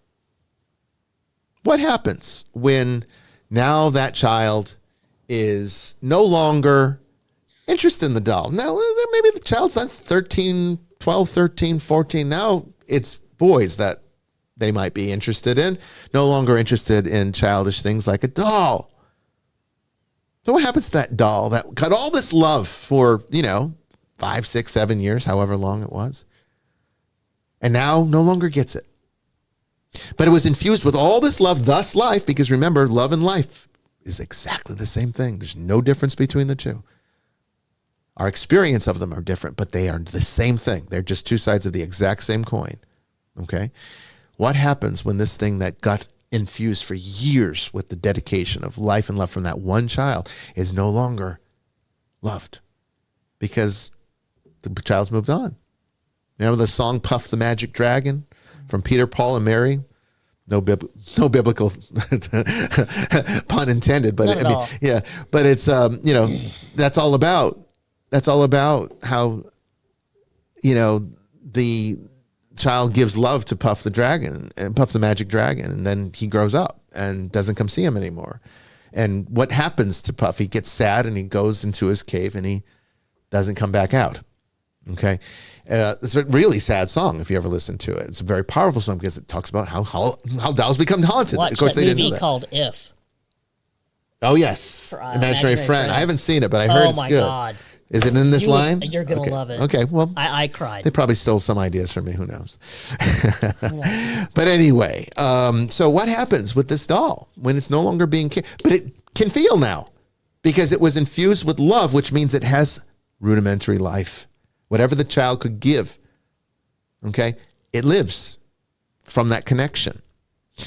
Well, it's going to start to feel the same way we would feel if something that loved us intently no longer does. How would you feel? Abandoned, sad, like Puff the Magic Dragon maybe? Well, you or betrayed or angry. All of these are possibilities, and whatever the child's nature is what the doll can become, because that's where the life came from.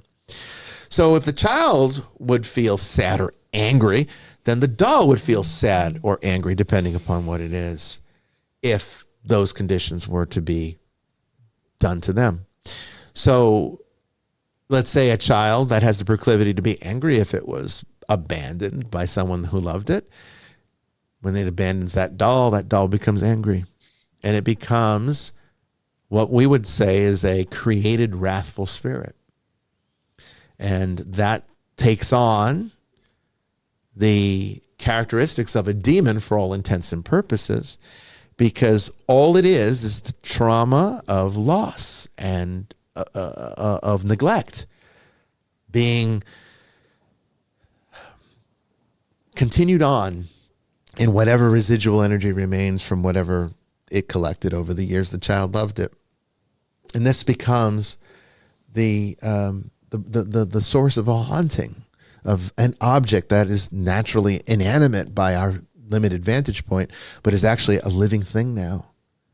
So it's extremely important, and I know it sounds so ridiculous, but it is so extremely important from a mystical point of view, that those things that you loved in childhood should be nurtured and cared for continuously through the rest of your life. You should not throw them away.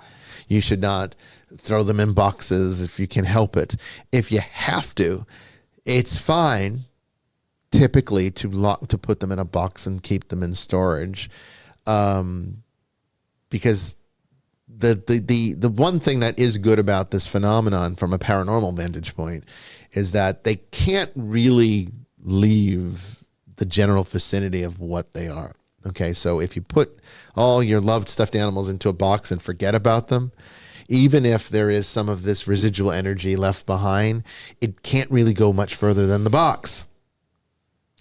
So somebody could find that box later and then have a problem, but as long as it stays there, that's okay. I don't recommend that, though. I would recommend that whatever you did, love and life, you should continue to take care of. I do believe this. because this is how you fix the problem. So a lot of times when a doll comes to us who, we don't know its origin, but if we do, the best thing would be to send it back to the person who once loved it and start showing love towards it again. And I know that's really hard for people to understand or grasp as an adult, but it's just because we're so spiritually inept, that you might say, well, then what's the basis for this, Bishop? Well, let me give you the occult basis. Okay. So for you occultists, Satanists out there that want more science or whatever, or at least more occult science, the whole concept of creating an effigy in the occult is how this works. Only you're not doing it ritually, but you don't really need ritual when you've got love. Love is a far more powerful ritual, right, than anything that you could do with the occult. Much more powerful, particularly a child's love, because a child's love is undamaged. A child's love is pure. A child's love is real. When a child loves you, it's authentic. There's no pretense there. There's no ulterior motives. It just is what it is. And so that's far more powerful than any occult ritual to create a tulpa to do something for you through the effigy, okay, or an idol or something. But it's the same occultism. It's just something that people don't think about that their children are doing. Because I hate to break it to you people that are afraid of the occult, get over it. By your very nature, you're doing occult things all the time. Your entire existence is occult. Right? That's what we mean by the unseen world. When the Nicene Creed says, of all things visible and invisible, or all things seen and unseen, whichever version of it you have, the unseen is the occult. That's all that means. The occult means just what you can't see. Okay, and that's what's happening here with the children, and the wrathful spirits are something that's created. So remember my 4 types of demons, right? They're not all really demons. We just call them demons because in the larger paranormal context today, demon means any kind of malevolent spirit. And there's lots of different kinds, the least of which are, of course, fallen angels, which are almost never almost never encounter one of those. Okay, but that's the first one. That's the real one. That's a true demon. That's a real demon. But the other 3 are elementals, which are just natural spirits that don't like people or don't energetically combine with them very well. And so they get on with them very well. So they make people sick, and that can be a big issue. Then there's the creator, which are the tulpas and the egregores, the thought forms that people generate through trauma or through love. In this case, love that creates trauma because it's neglected. And neglected love creates trauma, which creates, wrath. And that's the 4th type of thing, is wrathful spirits, which are usually disembodied, angry ghosts that are people that were alive at one time, now dead, and they are now attached because their family's grief won't let them move on, and that grief becomes who they are now. And so now they become wrathful through the grief and sadness, which is why grief and sadness is fine as a natural response in the beginning of a death of a loved one, but you can't carry that on forever. It's not good for them, and it's sure as hell not good for you. All right, so that can keep them around. This is what a Dybbuk is. Somebody asked on the Nicolay Network today, I think it was April. April asked on the Nicolay Network about what are Dybbuks. She asked about Dybbuk boxes and what they are, and I said they don't really exist. There's no really such thing as a Dybbuk box. Jewish mystics do not put spirits in boxes. They don't do that. They never have, and they never will. And that's just silliness. But Dybbuks are part of the Jewish mystery tradition. It's not really part of Judaism. It's part of the Kabbalah. And the idea was that they understood that sometimes people die, they don't move on. And when they don't move on, they get angry. And when they get angry, they start to act like demons. And so most of the 99% of the demons in Judaism are actually wrathful spirits. They're just people that need to be helped. This is why Jewish exorcism is not about casting out evil. It's about negotiating. How do we get you to leave?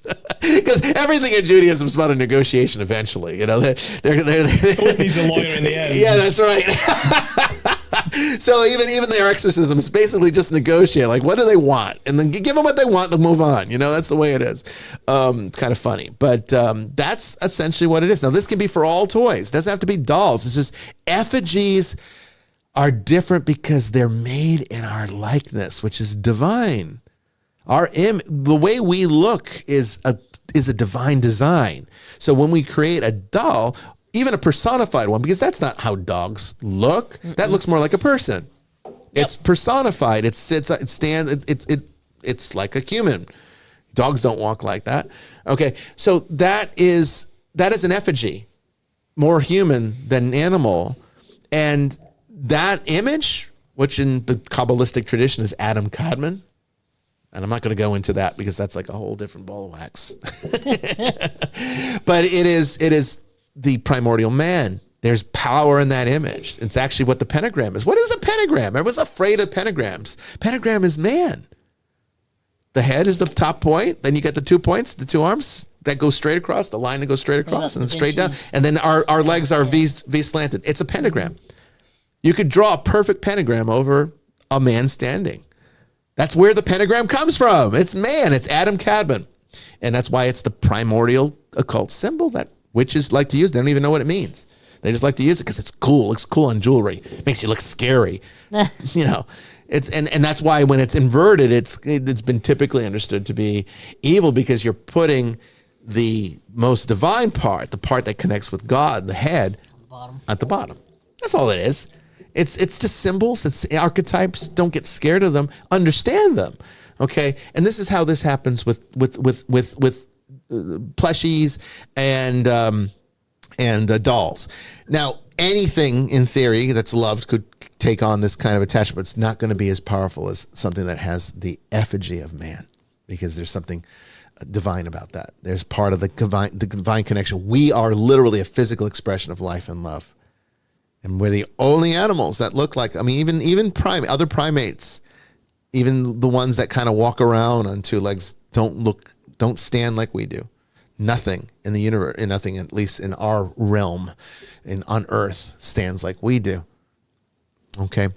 Any last minute thoughts here that I can think of? Let me see. I got notes just so I don't lose my train of thought. I think I covered most of this stuff. It is also, there's a parallel to animism here. Animism as a more ancient, one of the most ancient forms of religion, informal, of course, but still religion, understood that, inanimate objects are alive. They're infused with spirits. And that's true. Okay. It's just because something's plastic and is still in the store. Okay. Not even purchased yet, not loved by anyone yet, does not mean it doesn't already have some of the spirit of its nature made from the materials that created it, because all materials have a spirit. This is the foundation to animism, and it's true. It is true.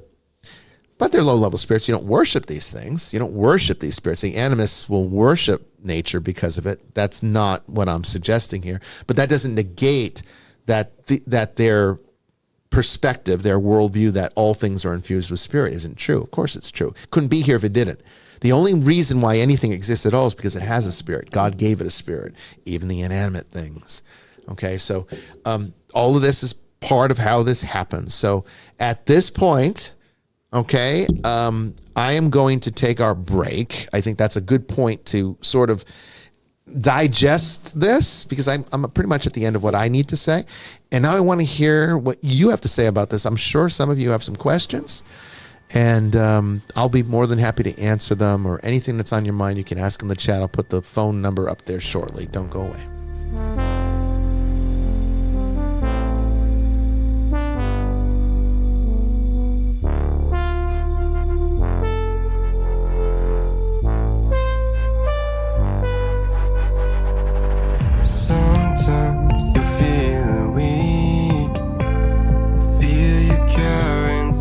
Wakes you up, the overplaying pattern of memory hides your true face.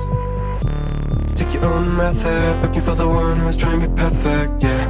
You'll try to match it, don't be sad if you don't make it. You hope for wonders, living life means making blunders. It can make you shatter, you will try to fight the thunder. Trust me no matter what happens, because I will stay by your side in your heart. Whatever happens, remember that you can do anything you want.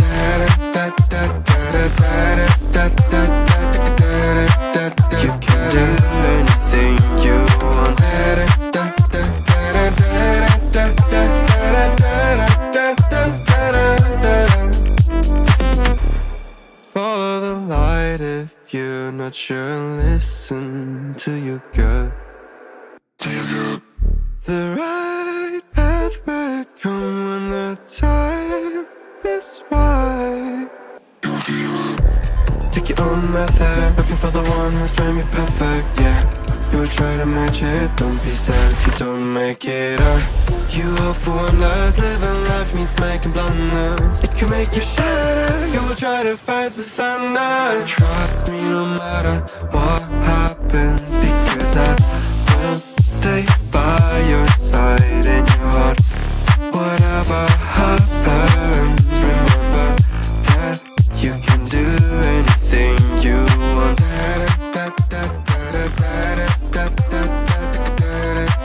You can do anything you want.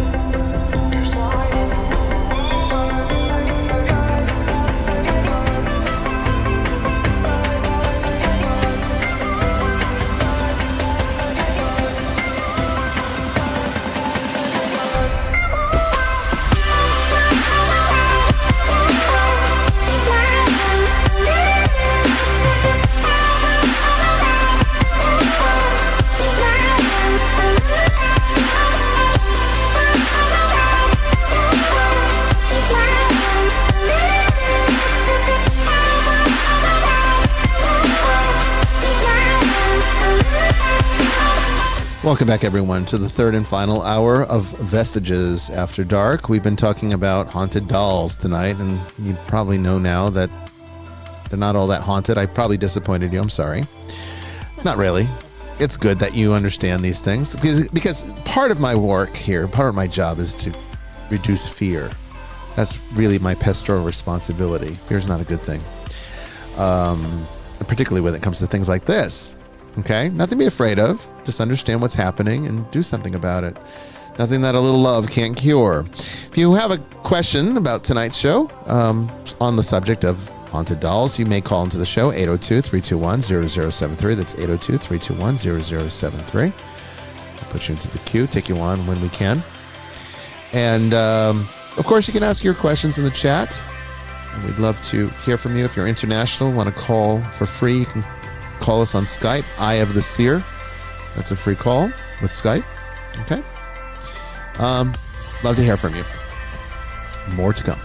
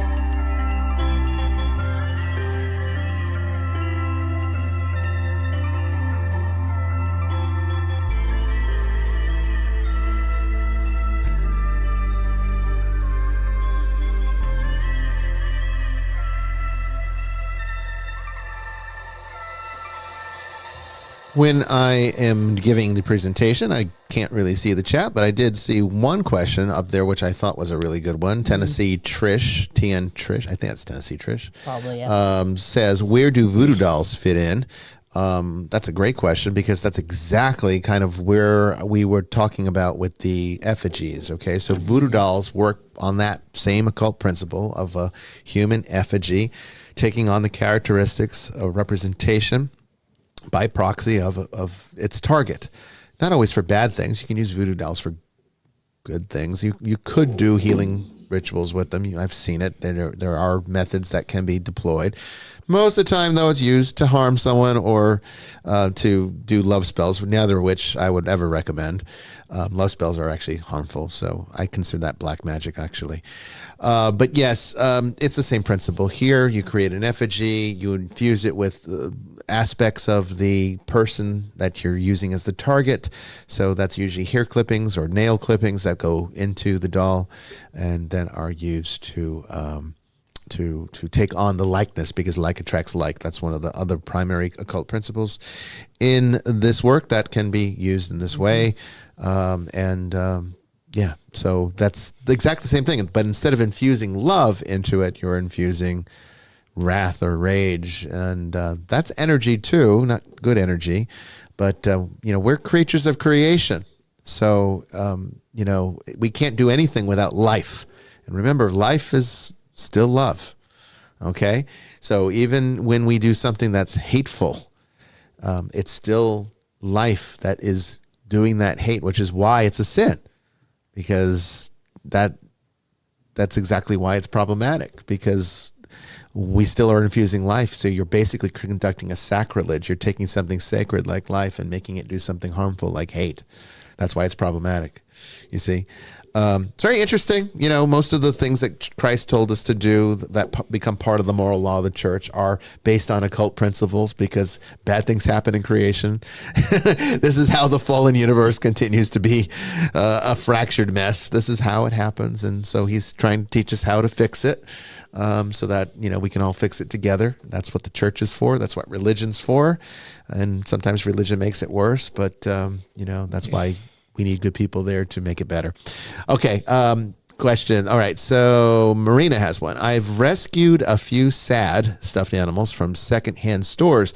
Never had any issues, but should I take any precautions in the future when buying them? No, not if your intention. And I know Marina well enough to say that she would never do this with the intention to harm them.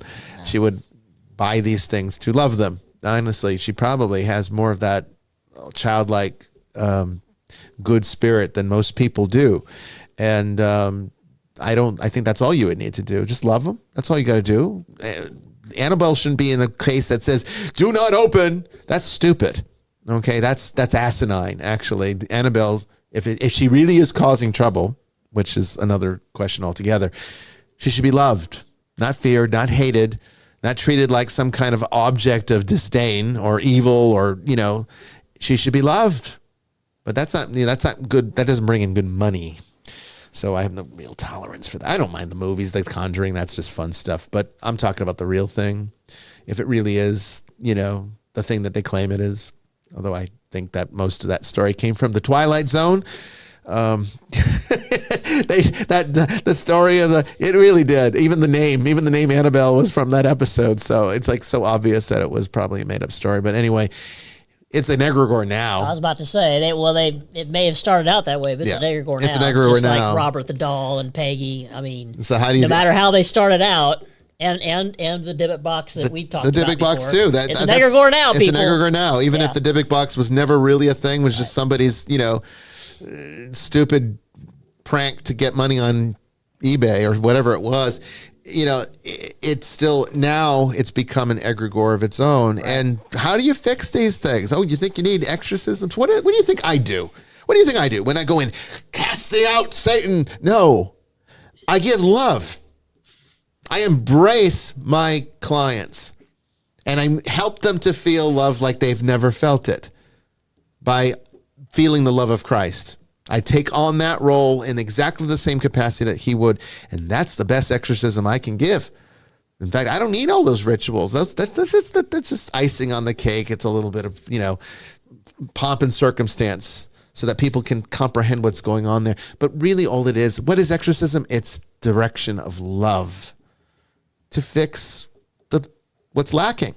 Because the only thing that really is the fallen world, what really caused the fracture, is a lack thereof of the very love that we should have. That's what causes division. This is why there's so many problems in the world today. This is where war comes from, political strife, all this stuff. It's lack of love. It's selfishness. Yep. Love for yourself. Oh, yeah, people have plenty of that. Not always, though. Sometimes they have the it's fake. It's fake. False love. It is false love. Yeah, it really is. It's hatred. It really is. It's a type of self-hatred. Yep. They do things selfishly to make themselves feel good. Yeah, makes them feel good about themselves. But it is really just, you're right. That's a good thing to point out. It's self-hatred. It really is. Okay, Holly says, haunted or not, I'm still not buying a secondhand doll, and I make sure when I give my granddaughter's dolls away that they go to a loving home. Yep, good. Yeah, I mean, that's it. I think the important thing to take from this is that we can fix anything with love. Okay, so as long as love is the reason for doing something and the intent behind it and what is actually performed, then you're going to be just fine. That's the best blessing. What is a blessing? What is that? That is love. You can almost think of holy water sprinkled around as tears of happiness being, shed upon a domicile or whatever, or a person. This is by the way, love is the ultimate metaphysical principle that can't be argued away. Because love is not temporal; it's eternal, and yet we experience it in time. And so, I always think it's it's the best argument to get into with a materialist, because love makes no sense from a materialist point of view. That shouldn't exist at all. It doesn't make sense from an evolutionary point of view. I mean, And evolutionists will sacrificial love even less. Yeah, evolutionary psychologists will say, well, it's just, love is just a Bunch of chemicals, a chemical reaction reactions to going on, yeah. bring people together so they don't kill each other for survival. But the problem is you don't need love for that.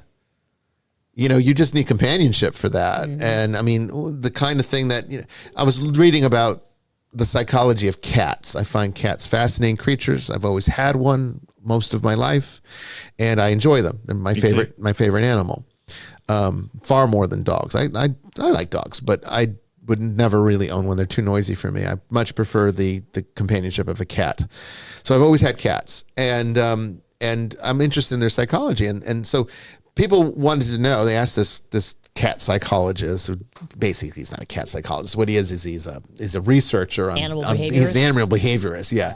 He researches animal behavior, and cats are one of his focal points. And so they asked him, do cats really see you as their parent? Do they really, see you as a parent? And he says, well, in what he's been able to observe is that cats have 3 states. There's 3 categories that they apply to other beings, and that's it. Okay. So you're either prey, which is that clearly we're too big for that. Right, we're too big for a normal cat. Okay, for Felis domesticus. Felis domesticus, I think is the actual term. Sure, we'll go with that. Domestic cat. We're too big to be prey, so they know we're not prey. Okay, we know we're not. They know we're not prey. Second is threat. Well, if you're good to them, if you raise them from a kitten, they know you're not a threat.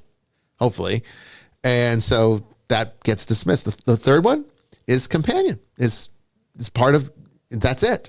So even they don't really have a concept of parenthood. They don't look at their mother as, in young kittenhood, it's the source of food and safety. But as they grow up, all the cats, they won't really distinguish the mother from any of the other siblings or anything. It's just, these are companions. So they see us as companions, but it's not love.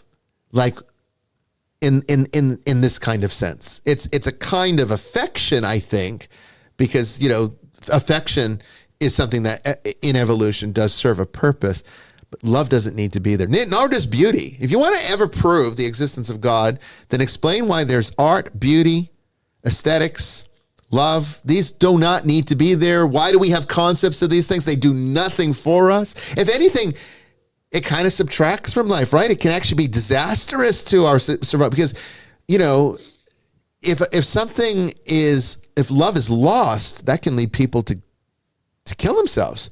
That's how powerful it is. It also explains why modern art is so bloody awful and ugly. Like the ugliness is the point. Yeah. The ugliness is the point. Yeah. Because it's devoid of any divine principle. Yeah. It's a materialistic, often associated with the left, but what's more important is the materialism. Yeah. And it's art for art's sake, and what is art? It's all subjective to me because it rejects a divine principle, because beauty is a reflection of the divine. And the amazing thing about beauty is it embraces flaws.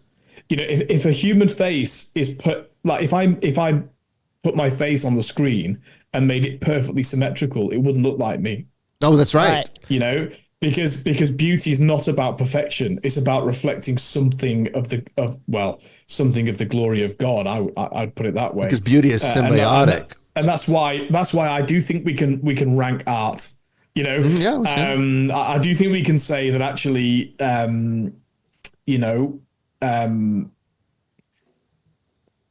Leonardo da Vinci is a better artist than Tracy Emin. I think I'll say that. Yeah, without apology. Yeah. Well, I think most of the classics are always going to be better. I mean, look at the different. I'm not trying to tear her down. No comparison. I get it though, because I love Andrew Lloyd Webber. I think he's a brilliant musician, but he's not Beethoven. He's not Mozart. He's not producing. He's not an artist. He's not producing music that's anywhere near the same level. And there's no pop stars that are either. I don't care who you like out there. Name any of the chords. Even the you're right. But I mean, there is a simplicity to their music when you compare it. I mean, you don't believe me? Take a look at a music book, the notes for Phantom of the Opera, which is one of my favorites. Watch it every year. Okay. If it's in town, I always go. Okay. When it's in town, I go because I love it that much. But open up, look at the notes, and then look at Beethoven's Ninth Symphony, and you won't even believe the difference in complexity between the two music forms and the talent that it takes to write one versus the other. It's remarkable. That doesn't mean he's not a good musician, but he's not Beethoven. So the same thing with art. I think Leonardo da Vinci is kind of like not even a once in a lifetime, once in a millennia kind of guy. I think he's once in a species kind of a guy. He might be. He might be. You get one only. You only get one of them. They don't come along but it's outliers. Even that you could say is just the luck of the draw. But the point is, he could recognize beauty, and he had skill and talent and effort. I can recognize the beauty, but I can't be Da Vinci either. I can't physically make my fingers do those things. So, but I was just riffing off what you said, which is the principle, which is that all of these things actually depend upon the gaze upwards, for lack of a better image. And to try and I think, in fairness to Lord Webber, he wouldn't claim to be as good as I don't think he would. Beethoven. That's not the point, and we enjoy his product, if you like, just as I enjoy pop music. But I know they're all four chords, and Andrew Lloyd Webber is the 4-chord version of a musical. So's Les Miserables, by the way. Which is why, isn't it great in One Day More? All of the songs that are in Les Miserables can overlap. Well, yeah, because they're quite simple. Mm-hmm. You couldn't. But that's why they're catchy, though. That's why they're catchy. Of course, and I'm not mocking it. I love it. But you couldn't do that with Il Flauto Magico. No, even the ninth. It's like I know the ninth by the back of my hand, but it's like it's not something you go around humming. It's like obviously the Ode to Joy is kind of simple. So the Ode to Joy you might. But it's like, think of like the second movement, dun, dun, dun, dun, dun, dun, dun, dun, dun, dun, dun, dun, dun. It's like there's so much going on there you can't even hum it, but you could hum. There was a little kid in the mall in Sydney. There was this young lad, and he was playing the third movement of the Moonlight Sonata. Oh yeah, by Beethoven. Everyone knows, the first movement, do do do do. But the third movement is to use a technical term, bloody difficult to play. Yes, it's very difficult. Yeah. And he was only a kid, and he didn't play it perfectly, but hey, he played it better than I could. But what was funny was just what you just said, because I was kind of humming along, but you can only really hum the sort of, the dominant top notes. Right, because there's so much going on there underneath. Too much. There's 3 or 4 different songs all playing at the same time harmoniously, and that's what makes it so remarkable. Music today doesn't do that. Even like some of our greatest musicians from for movies like John Williams is still very simple in comparison to the classics. What's my other guy that we like so much? But in fairness, they're generating a product for a movie. They're not trying to innovate music. They're not writing innovate. They're not trying to further the art form. Yes. They're using what's already been revealed by people that have done that. That's why we talk about Beethoven, because he breaks from classical music into early romantics. Mm-hmm. And we have these.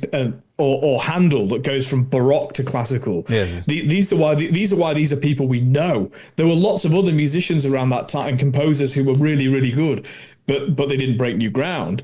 And so John Williams isn't trying to break new ground. He's trying to use what's already there to make us feel something in relation to what we're seeing in a film. Hans Zimmer, thank you. That's a real skill. That's a brilliant skill, Hans Zimmer. Real brilliant skill in itself. But it's not high art, it's not furthering the process. No, so these are like, I think part of it is when you didn't have all the distractions that we have today, the brain could actually develop in a very singular form towards one thing like that. I think that's part of it. Even I can't. I haven't got the reading concentration I had. Well, we don't have the before I had time. One of these I don't either. bloody things. You know, We I don't mean, have the these time. things- Yeah. Yeah, they wreck you a bit. do. I've really got to. I'm probably gonna have to fast on it, but I wouldn't be able to earn a living if I gave it up. So Yeah. I'm in a catch-22. I know that's the, well, I mean, it's like, I got to do TikTok. I hate that shit, but I mean, I've got to do it because I got to Yeah. promote it out there. No one will find the show if I don't. Now, why don't we talk, before we get to the next question, why don't you talk about your stuffed animal here? Well, he's not anybody scary, but I had three main. He's kind of looking at me funny though. I see him on my screen over here. Well, that's the whole thing. It's You in the can't see eyes. him on there. But There we go. that one's a little tighter. So I had three special stuffed animals when I was a little girl. One of them was a Snoopy dog. See, I was kind of looking at me a little funny. One was a stuffed dog that I lost in a hotel room in Chicago, and then this guy. Yeah. I think I got him when I was 5 or 6. Oh, okay. He's from the 70s. He's actually a Knickerbocker toy that was made in the 70s, and he's called Casey Jones. I called him Railroad Ben because I was a 6-year-old girl. But he's based. He's kind of like a nod of the hat to a actual live guy named Casey Jones, who was a railroad conductor, and he was involved in a horrible train accident in 1900 where he basically sacrificed himself to save a town from being destroyed by these trains derailing. Wow. And so he's actually based off a dead guy. Based off that. Well, that's interesting.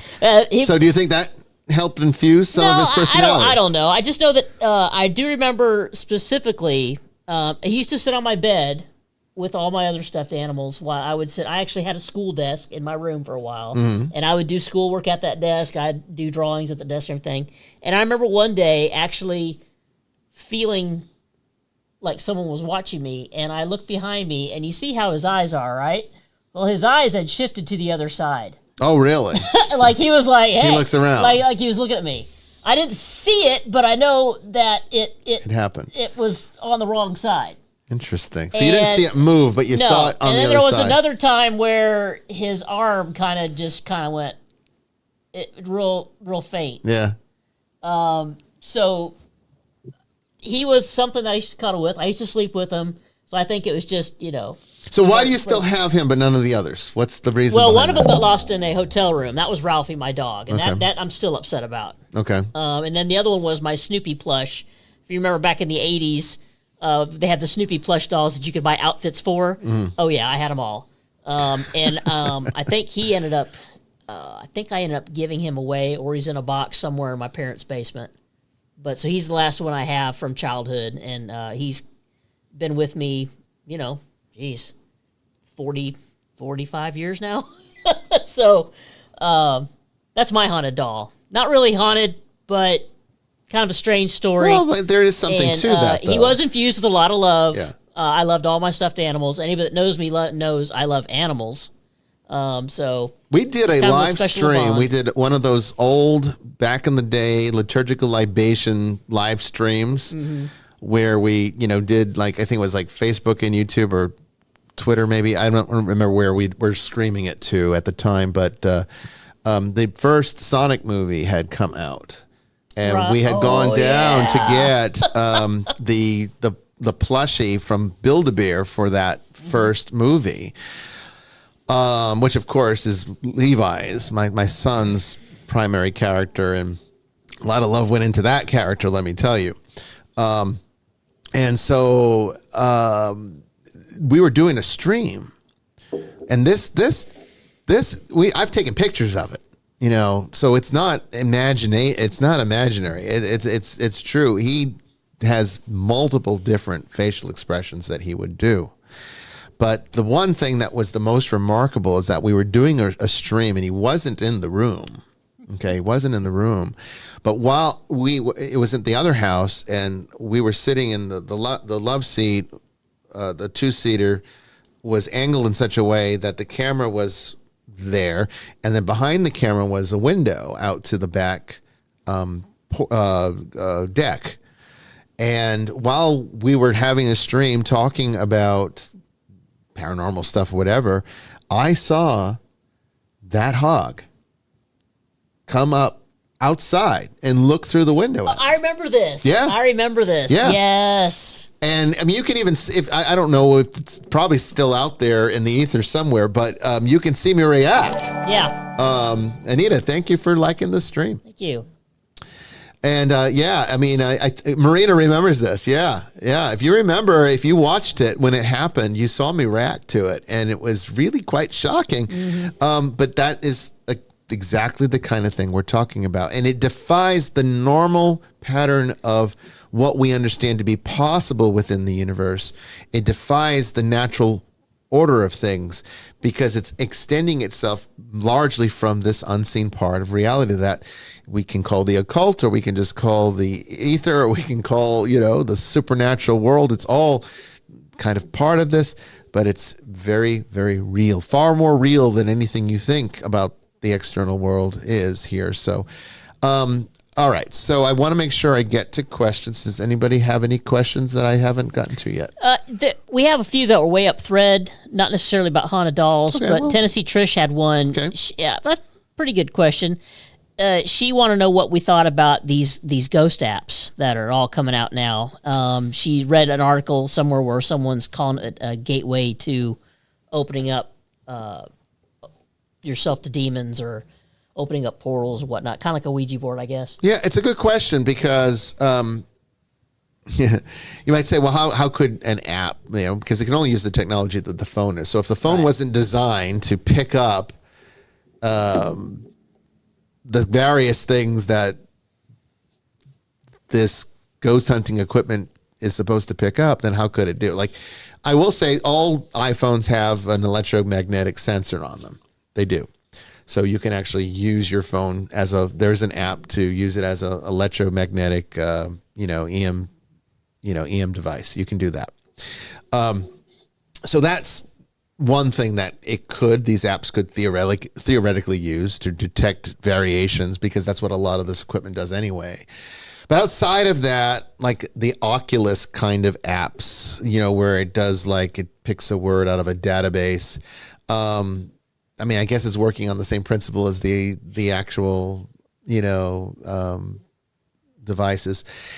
So, how would these things work? Well, this is the interesting thing about them, okay, is that it doesn't matter if there's no science to them. And that's what the critics are going to first say. They're going to say, there's no science to this, all right? It's just bullshit. The people creating this stuff, and they're Can't prove it in a lab, it's bullshit. Yeah, well, it's because they're saying that I know how these things work, and it's picking up random noise, and it's just people sort of imprinting, like basically matrixing or pareidolia. It's that kind of phenomenon where you see meaning. So it's like you're getting random words from an Oculus and Oculus, right? The Ovilus. Ovilus. Why do I keep saying Oculus? Ovilus. The Ovilus 4. So you can tell I get tired after 7 o'clock. You've obviously been praying the Salve Regina. You're supposed to be praying it right now before you go to bed. That's what it is. Yes, Oculos. it's Oculos. Yeah, you're right. Yeah. No, I meant to say Ovilus. Sorry, if I said Oculus. Ovilus. The Ovilus. If you're just getting a bunch of random words, your brain is going to try to find meaning to those things. Okay, so it might say something like pastor. It's like, it's looking for the priest. And it's like, it didn't say priest. It said pastor, but you're going to make that leap because it's close enough, right? I will go ahead and add that, when we've been on investigations, every single time it asks for our bishop. Ovilus would say bishop. Like April's in the chat, every single investigation will say bishop. That's interesting. Yeah, that happens even on Ghost Adventures. We've seen it where it's even been on Ghost Adventures where it has said bishop, and we say, my God, is it actually asking for me? So I'm going to actually say that I would argue that these apps do not work because the technology is designed for these things to pick up on stuff that is invisible in your environment. they're working more on the principles of archetypal synchronicity, more in line with Carl Jung than anything else.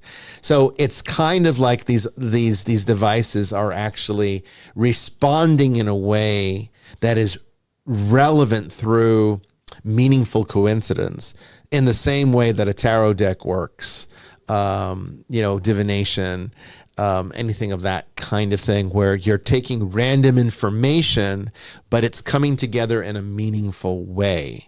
That's how these things tend to really work, and that is useful to a certain degree.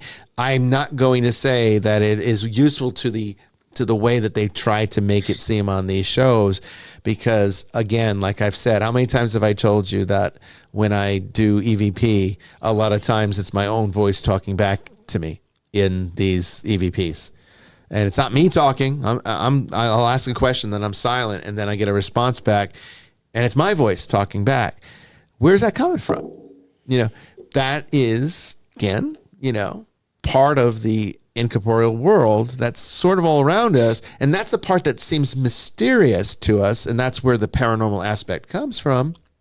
But it isn't exactly what it seems to be objectively. So is it useful? To a certain degree, as long as you understand that that's what it really is doing, but not as useful as actually using a real tarot deck. I mean, honestly, you don't really need an app unless it's convenient, I guess.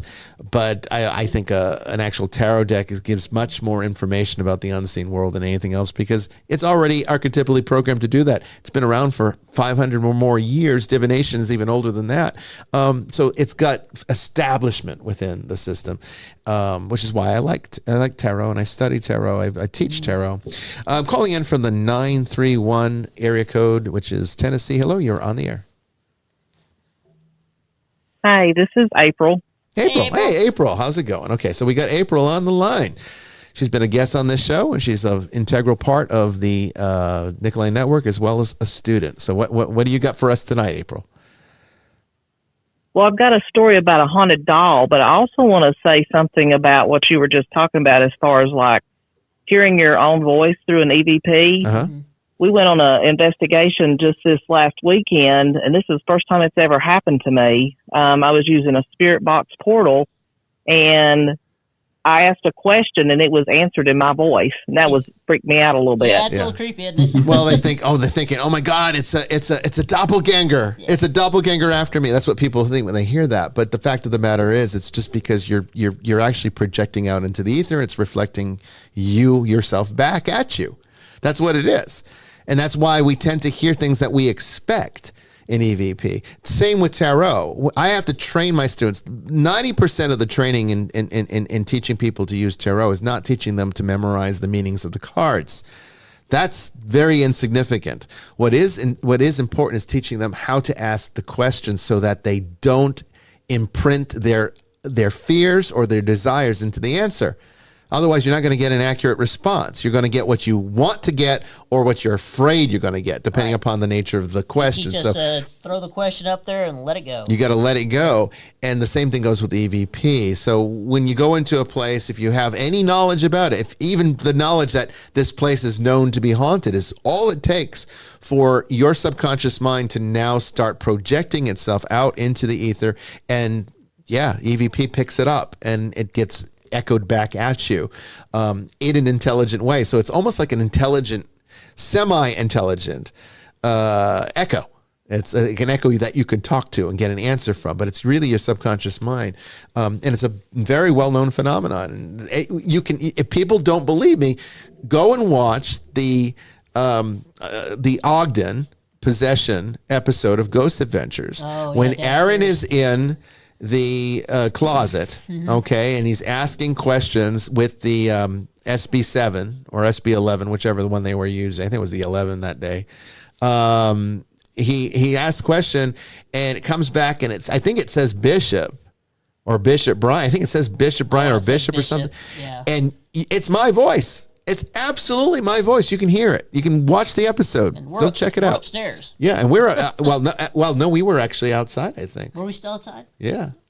in the garage. We were downstairs that's in the right. garage. We were at Nerve Center. Yeah, we were in the garage. That was where Nerve Center was. And so, yeah, I mean, that's a perfect example of how this happens. So it doesn't surprise me that you'd experience it, but I think it's pretty cool that you did. It's definitely not something menacing or something to be, concerned about. I know it can freak you out when you're not expecting it, but actually I try to tell people when you do EVP, do expect it.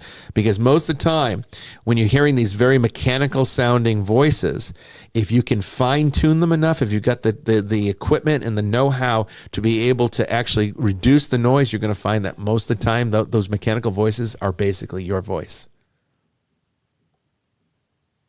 Well, it was definitely an interesting experience, that's for sure. Mm-hmm. Oh yeah, I'm sure. So what's the what was the second? You had a question about dolls, I think. Haunted doll story. Yeah. Yeah. No, I have a story about a haunted doll. Okay. We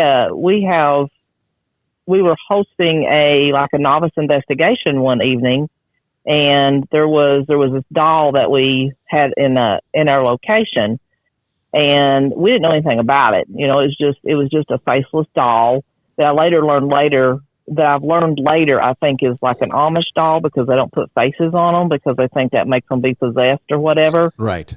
And this one kid was like handling the doll earlier in the night. Well, then we were doing the Estes method, and I was asking a question, and I noticed a massive shadow figure like rushing up to him. And of course, that freaked me out too, and I stopped the process immediately. Mm-hmm. And then later on, I would tell people who would come in, I'd say, I don't know about this doll, be careful with it, that kind of thing. And then there was one dude thought he would be smart, and he was like mishandling the doll. He was French kissing it because he didn't believe that I said, this doll could cause some damage. And the next day he went to work and he cut a big gash. French kissing the doll? Yes. Yeah, he was French kissing the doll. He thought it'd be funny. Problems. Oh my goodness. Okay. Yeah.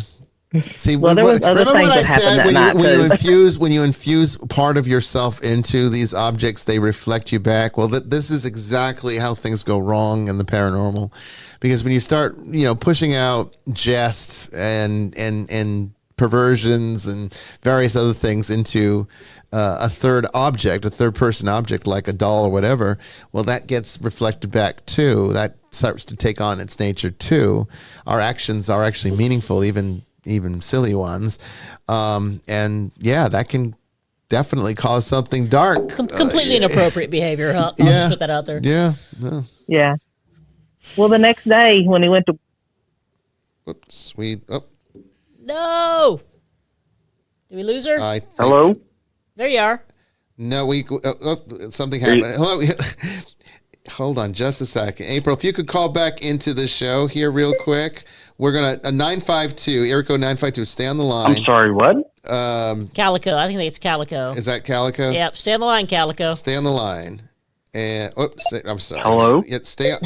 Hello. Calico, stay on the line, bro. Calico, stay on the line. 952, stay on the line. And April, if you could call back in. I somehow lost you when that call came in. No worries. All right, awesome. Gotta love tech. Yeah. Not. All right, so April, call back into the show because I don't want to hear I'd want to hear the rest. I don't want to miss the rest of that story. But yeah, so little lesson: don't use that kind of provocation and jest when you're doing investigations, folks. Okay, no, April, are you there? Yeah, I'm back now. Okay, Yay. You're back. Okay. All right, so I think. So, it's the first did you hear what's the last part that you heard? He was French kissing the doll. He was French kissing the doll. That's the last thing, and then a call came in, and it somehow kicked yours off when I tried to put it on hold, and we lost you. So that's what happened. Oh, okay. Sorry about that. So then the next day he went to work and he cut his finger really bad. He had to have stitches in it. Oh. Sounds a lot like your the Loa thing.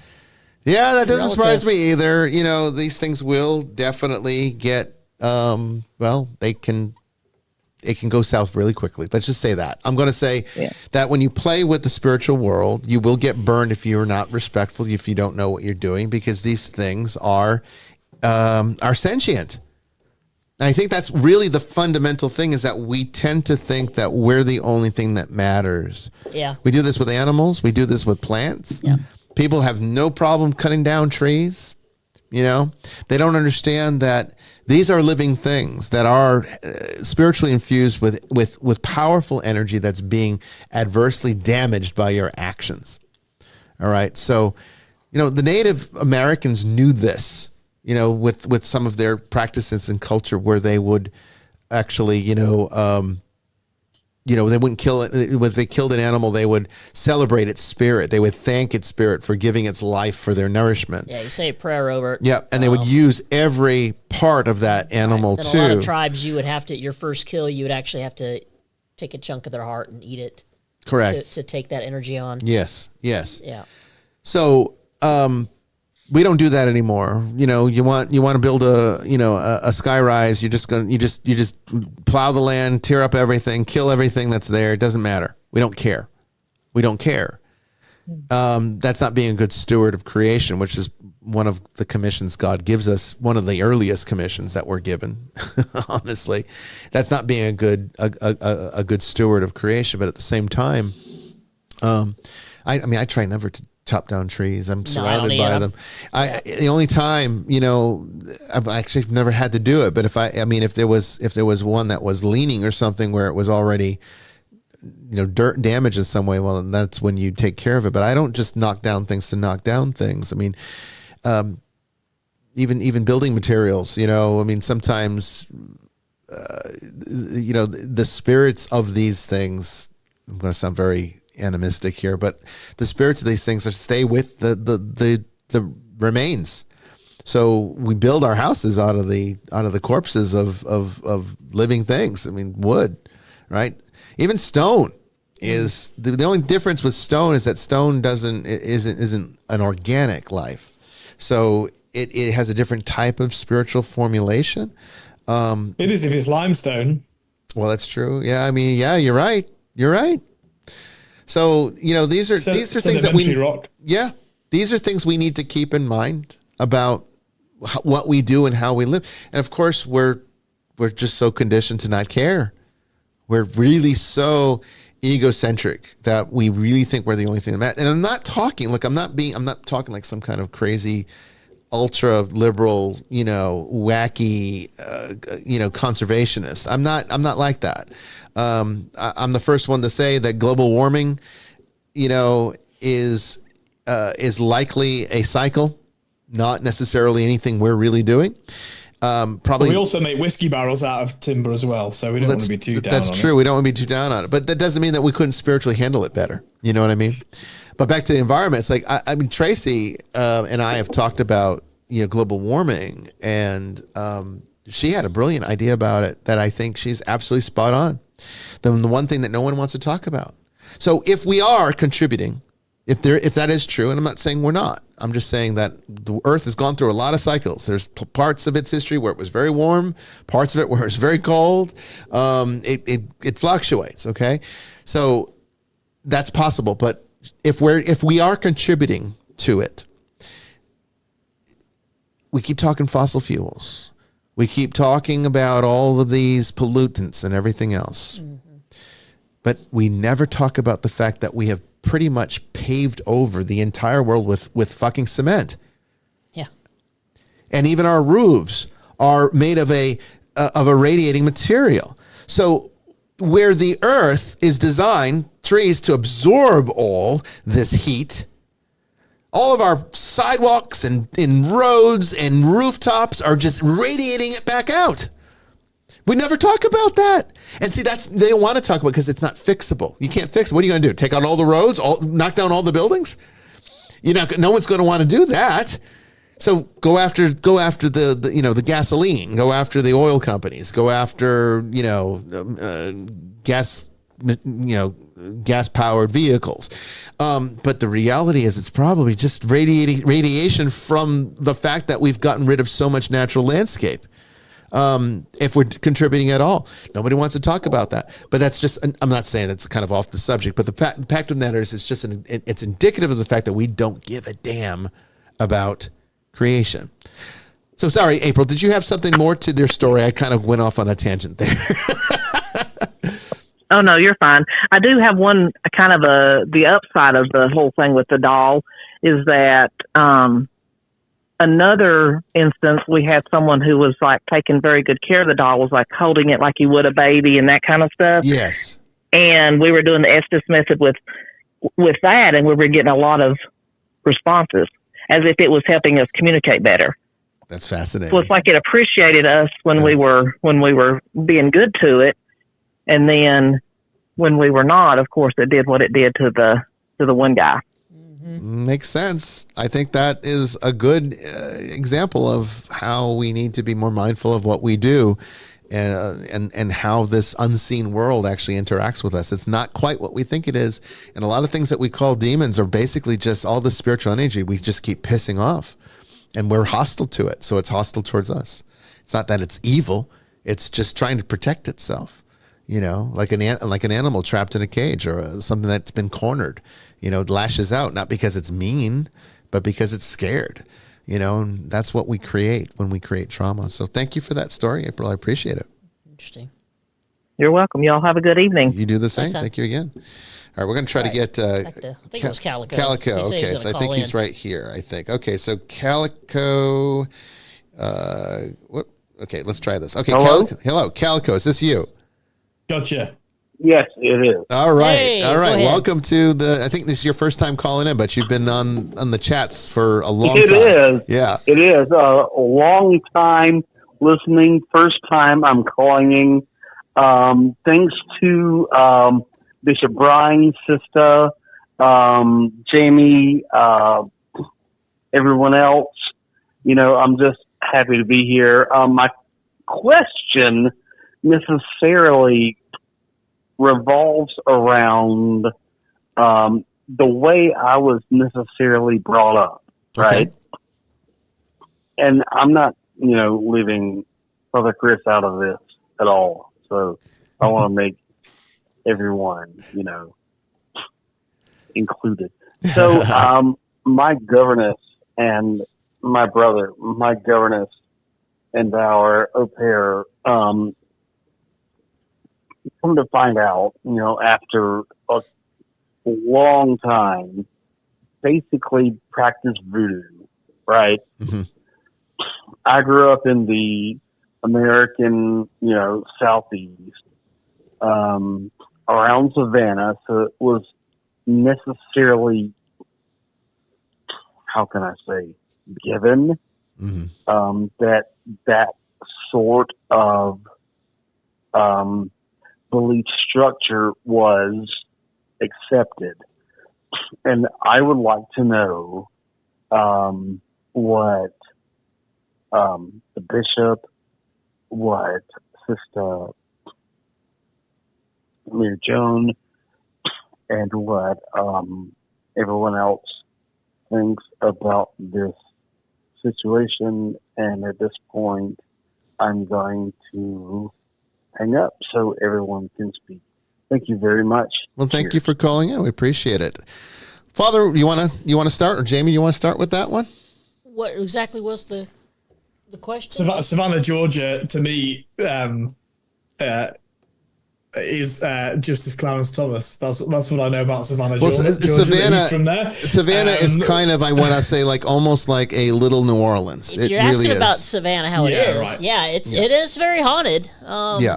I've been on a ghost tour out there, and it was pretty creepy. Of course, it was also a ghost tour / pub crawl, so it got more haunted as the night went on, as the beers poured. Yeah, but a lot of stories there. We had a case out there. We ended up not going out there. We had a preliminary team go out there, and they found some interesting anomalies at the house. But I dug into the history, and almost right there in downtown Savannah was where they had the slave trade, the actual market. Mm-hmm. And so obviously there's going to be a lot of sad negative energy surrounding that whole city. What was his specific question though? So I think it revolved around. So and it makes sense if you said bishop that is like a mini New Orleans. So Yeah. voodoo was well Okay. practiced there. No, Okay. is that the? I think most of these places, some of the coastal places in the South tend to have a lot of that influence because naturally it comes from the Caribbean. And when people come to the mainland, for like, from it's not really Haiti, right? mainland, yeah. Yes. From Voodoo is largely Haitian. So Haiti, the unique history of Haiti is that Haiti was a slave colony of France, and the slaves overran the French colonists and took it. So that's a unique history, right? It is, and it comes from basically what happened was the slaves that were brought over to Hispaniola, which was what the island was called originally, then, and it was all one. It wasn't half Dominican Republic, half Haiti. It comes from the Yoruba tribes in Africa, Western Africa. So the deities, the ancestral spirits of the Yoruba became the Loa of the of Hispaniola, where then of course it wasn't just enough to be a slave. If that wasn't bad enough, they had to convert you to Christianity, and of course nobody's going to give up their religion. Really, they'll just to keep from being killed. They're going to say yes to it and get baptized, but they're not going to necessarily give up their native religion and spirituality. So what happened was a combination. So instead of, they weren't allowed to keep images of their gods or their ancestral spirits. So they would get statues of like St. Peter and they say, oh, well, this is Papa Legba. This is the, and so it became a fusion. And then when they eventually migrated to the United States, they stayed in coastal areas. New Orleans is one of the primary places where this happens. Savannah's another one, though. And a lot of expats, I don't know if you call them that, but when Hurricane Katrina devastated New Orleans, we did, Atlanta, we got a Savannah, lot of them. Columbus, even. They came out here. A lot of influx of folks fleeing from them. They ended up staying. So even more. Of course, that doesn't apply to Calico's because he's talking about when he was younger. But there is definitely the influence there, and voodoo. I think I like the word voodoo better because it's more accurate. Voodoo is still kind of the practice. Voodoo's the religion, but voodoo is kind of a scary thing because again. Live and let die, made it a scary, spooky thing. And of course, I think it's a Serpent in the Rainbow. Serpent in the Rainbow. Oh my God, that movie was so wiggy. Yeah. These make voodoo to be this scary kind of thing. And I'm not going to say it doesn't have dark aspects to it. It absolutely does. But it's also a very beautiful religion too. And it has a lot of beautiful practices associated with it. But it is definitely very magic based, very occult, and that does not necessarily jive well with Western sensibilities. But you have to understand, these people do have people that are part of this culture do have a very unique connection to the spiritual world in ways that most Westerners could never even hope to have. Maybe don't even want. But the fact is, we really should be more spiritually in tune and connected. And having a relationship with these spirits allows them to be able to have a unique connection. So it's, it makes them look more magical than they are, more frightening than they can be. But it's really just about relationship. Everything's about relationship. So, voodoo, I don't know if I'm answering the question, but voodoo is really about developing relationship with particular spirits that connect with you, and by the exchange of this relationship, they'll do things for you if you do things for them. Spirits need energy. I don't care if you're doing, anybody that's been on paranormal investigation knows that your batteries get fried for no reason. Things stop working, or they feel very tired. They feel like as if, you get out of a paranormal investigation, you feel like you could sleep for 3 days. This is because your energy is being drained by these forces. But you know how you avoid that? You come in and you leave an offering. This is what they do in voodoo. Okay, so when you want to work with a particular spirit, you find out what that particular spirit likes. If it's Papa Legba, for example, then it's usually rum and tobacco. You leave that to Papa Legba. He doesn't drain your energy. He takes the energy from those natural substances, which is the rum and the tobacco. And then you don't get drained, but he might, by giving this offering, he might be willing to do a favor for you. That's kind of how it works. It's basically a type of, I guess, more tribal or more, you might say, shamanic kind of paganism is essentially what it is, which is why Christians don't like it. And certainly the colonists didn't like it at all. I mean, the missionaries hated it, and that's why they wanted to try to convert all of them. But we all know conversion doesn't take. It has to be, you need to want it. If you want baptism, you need to want it sincerely. You can't be forced to have it. That doesn't have any merit or value. And they didn't know that or they knew it and they didn't care. But, back then it was a different philosophy. Today we have a more enlightened one, at least somewhat. And so that's probably maybe. I mean, I think we can get a bit.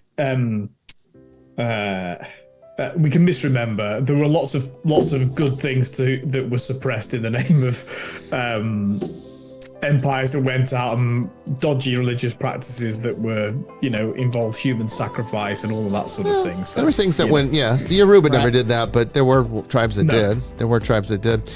Well, we're at the end of the show, everybody, and I want to thank everybody. I want to thank the callers, Calico and April, for calling in. It always makes the show more interesting, and all of you that ask questions in the chat. I hope that we got to all of them. If we did, I apologize, but there's always open lines, open topics, I think in a couple of weeks or so. Next week, though, is astrology. So we're going to have a brand new guest on. We're going to be talking about cosmic patterns and how to understand how the arrangement of the planets affects our behavior and even gives us insight into our destinies. It's going to be very interesting. I know that the guest was a little reluctant to come on the show because here's his church asking for an astrologer to come on. They probably think they're being set up. Yeah, I mean, and I can understand that because I've been set up for different reasons. But I think she's going to like this show. I think she's going to like being a guest, and I know she's going to like all of you. We'll put her at ease, okay? So be nice to her next week. Make her feel at home, because I'd like to have her on every season. I want to have an astrologer on every season to talk about what's coming up, kind of like a predictions show. I hope she was willing to do that. We'll ask her. But that's next week, Tuesday at 8 p.m. I want to thank Father Chris, Brandon, all of the moderators, Jamie. Thank you for being here tonight. But until next week, I'll see you out there in the ether. God bless. Go hug your dolls.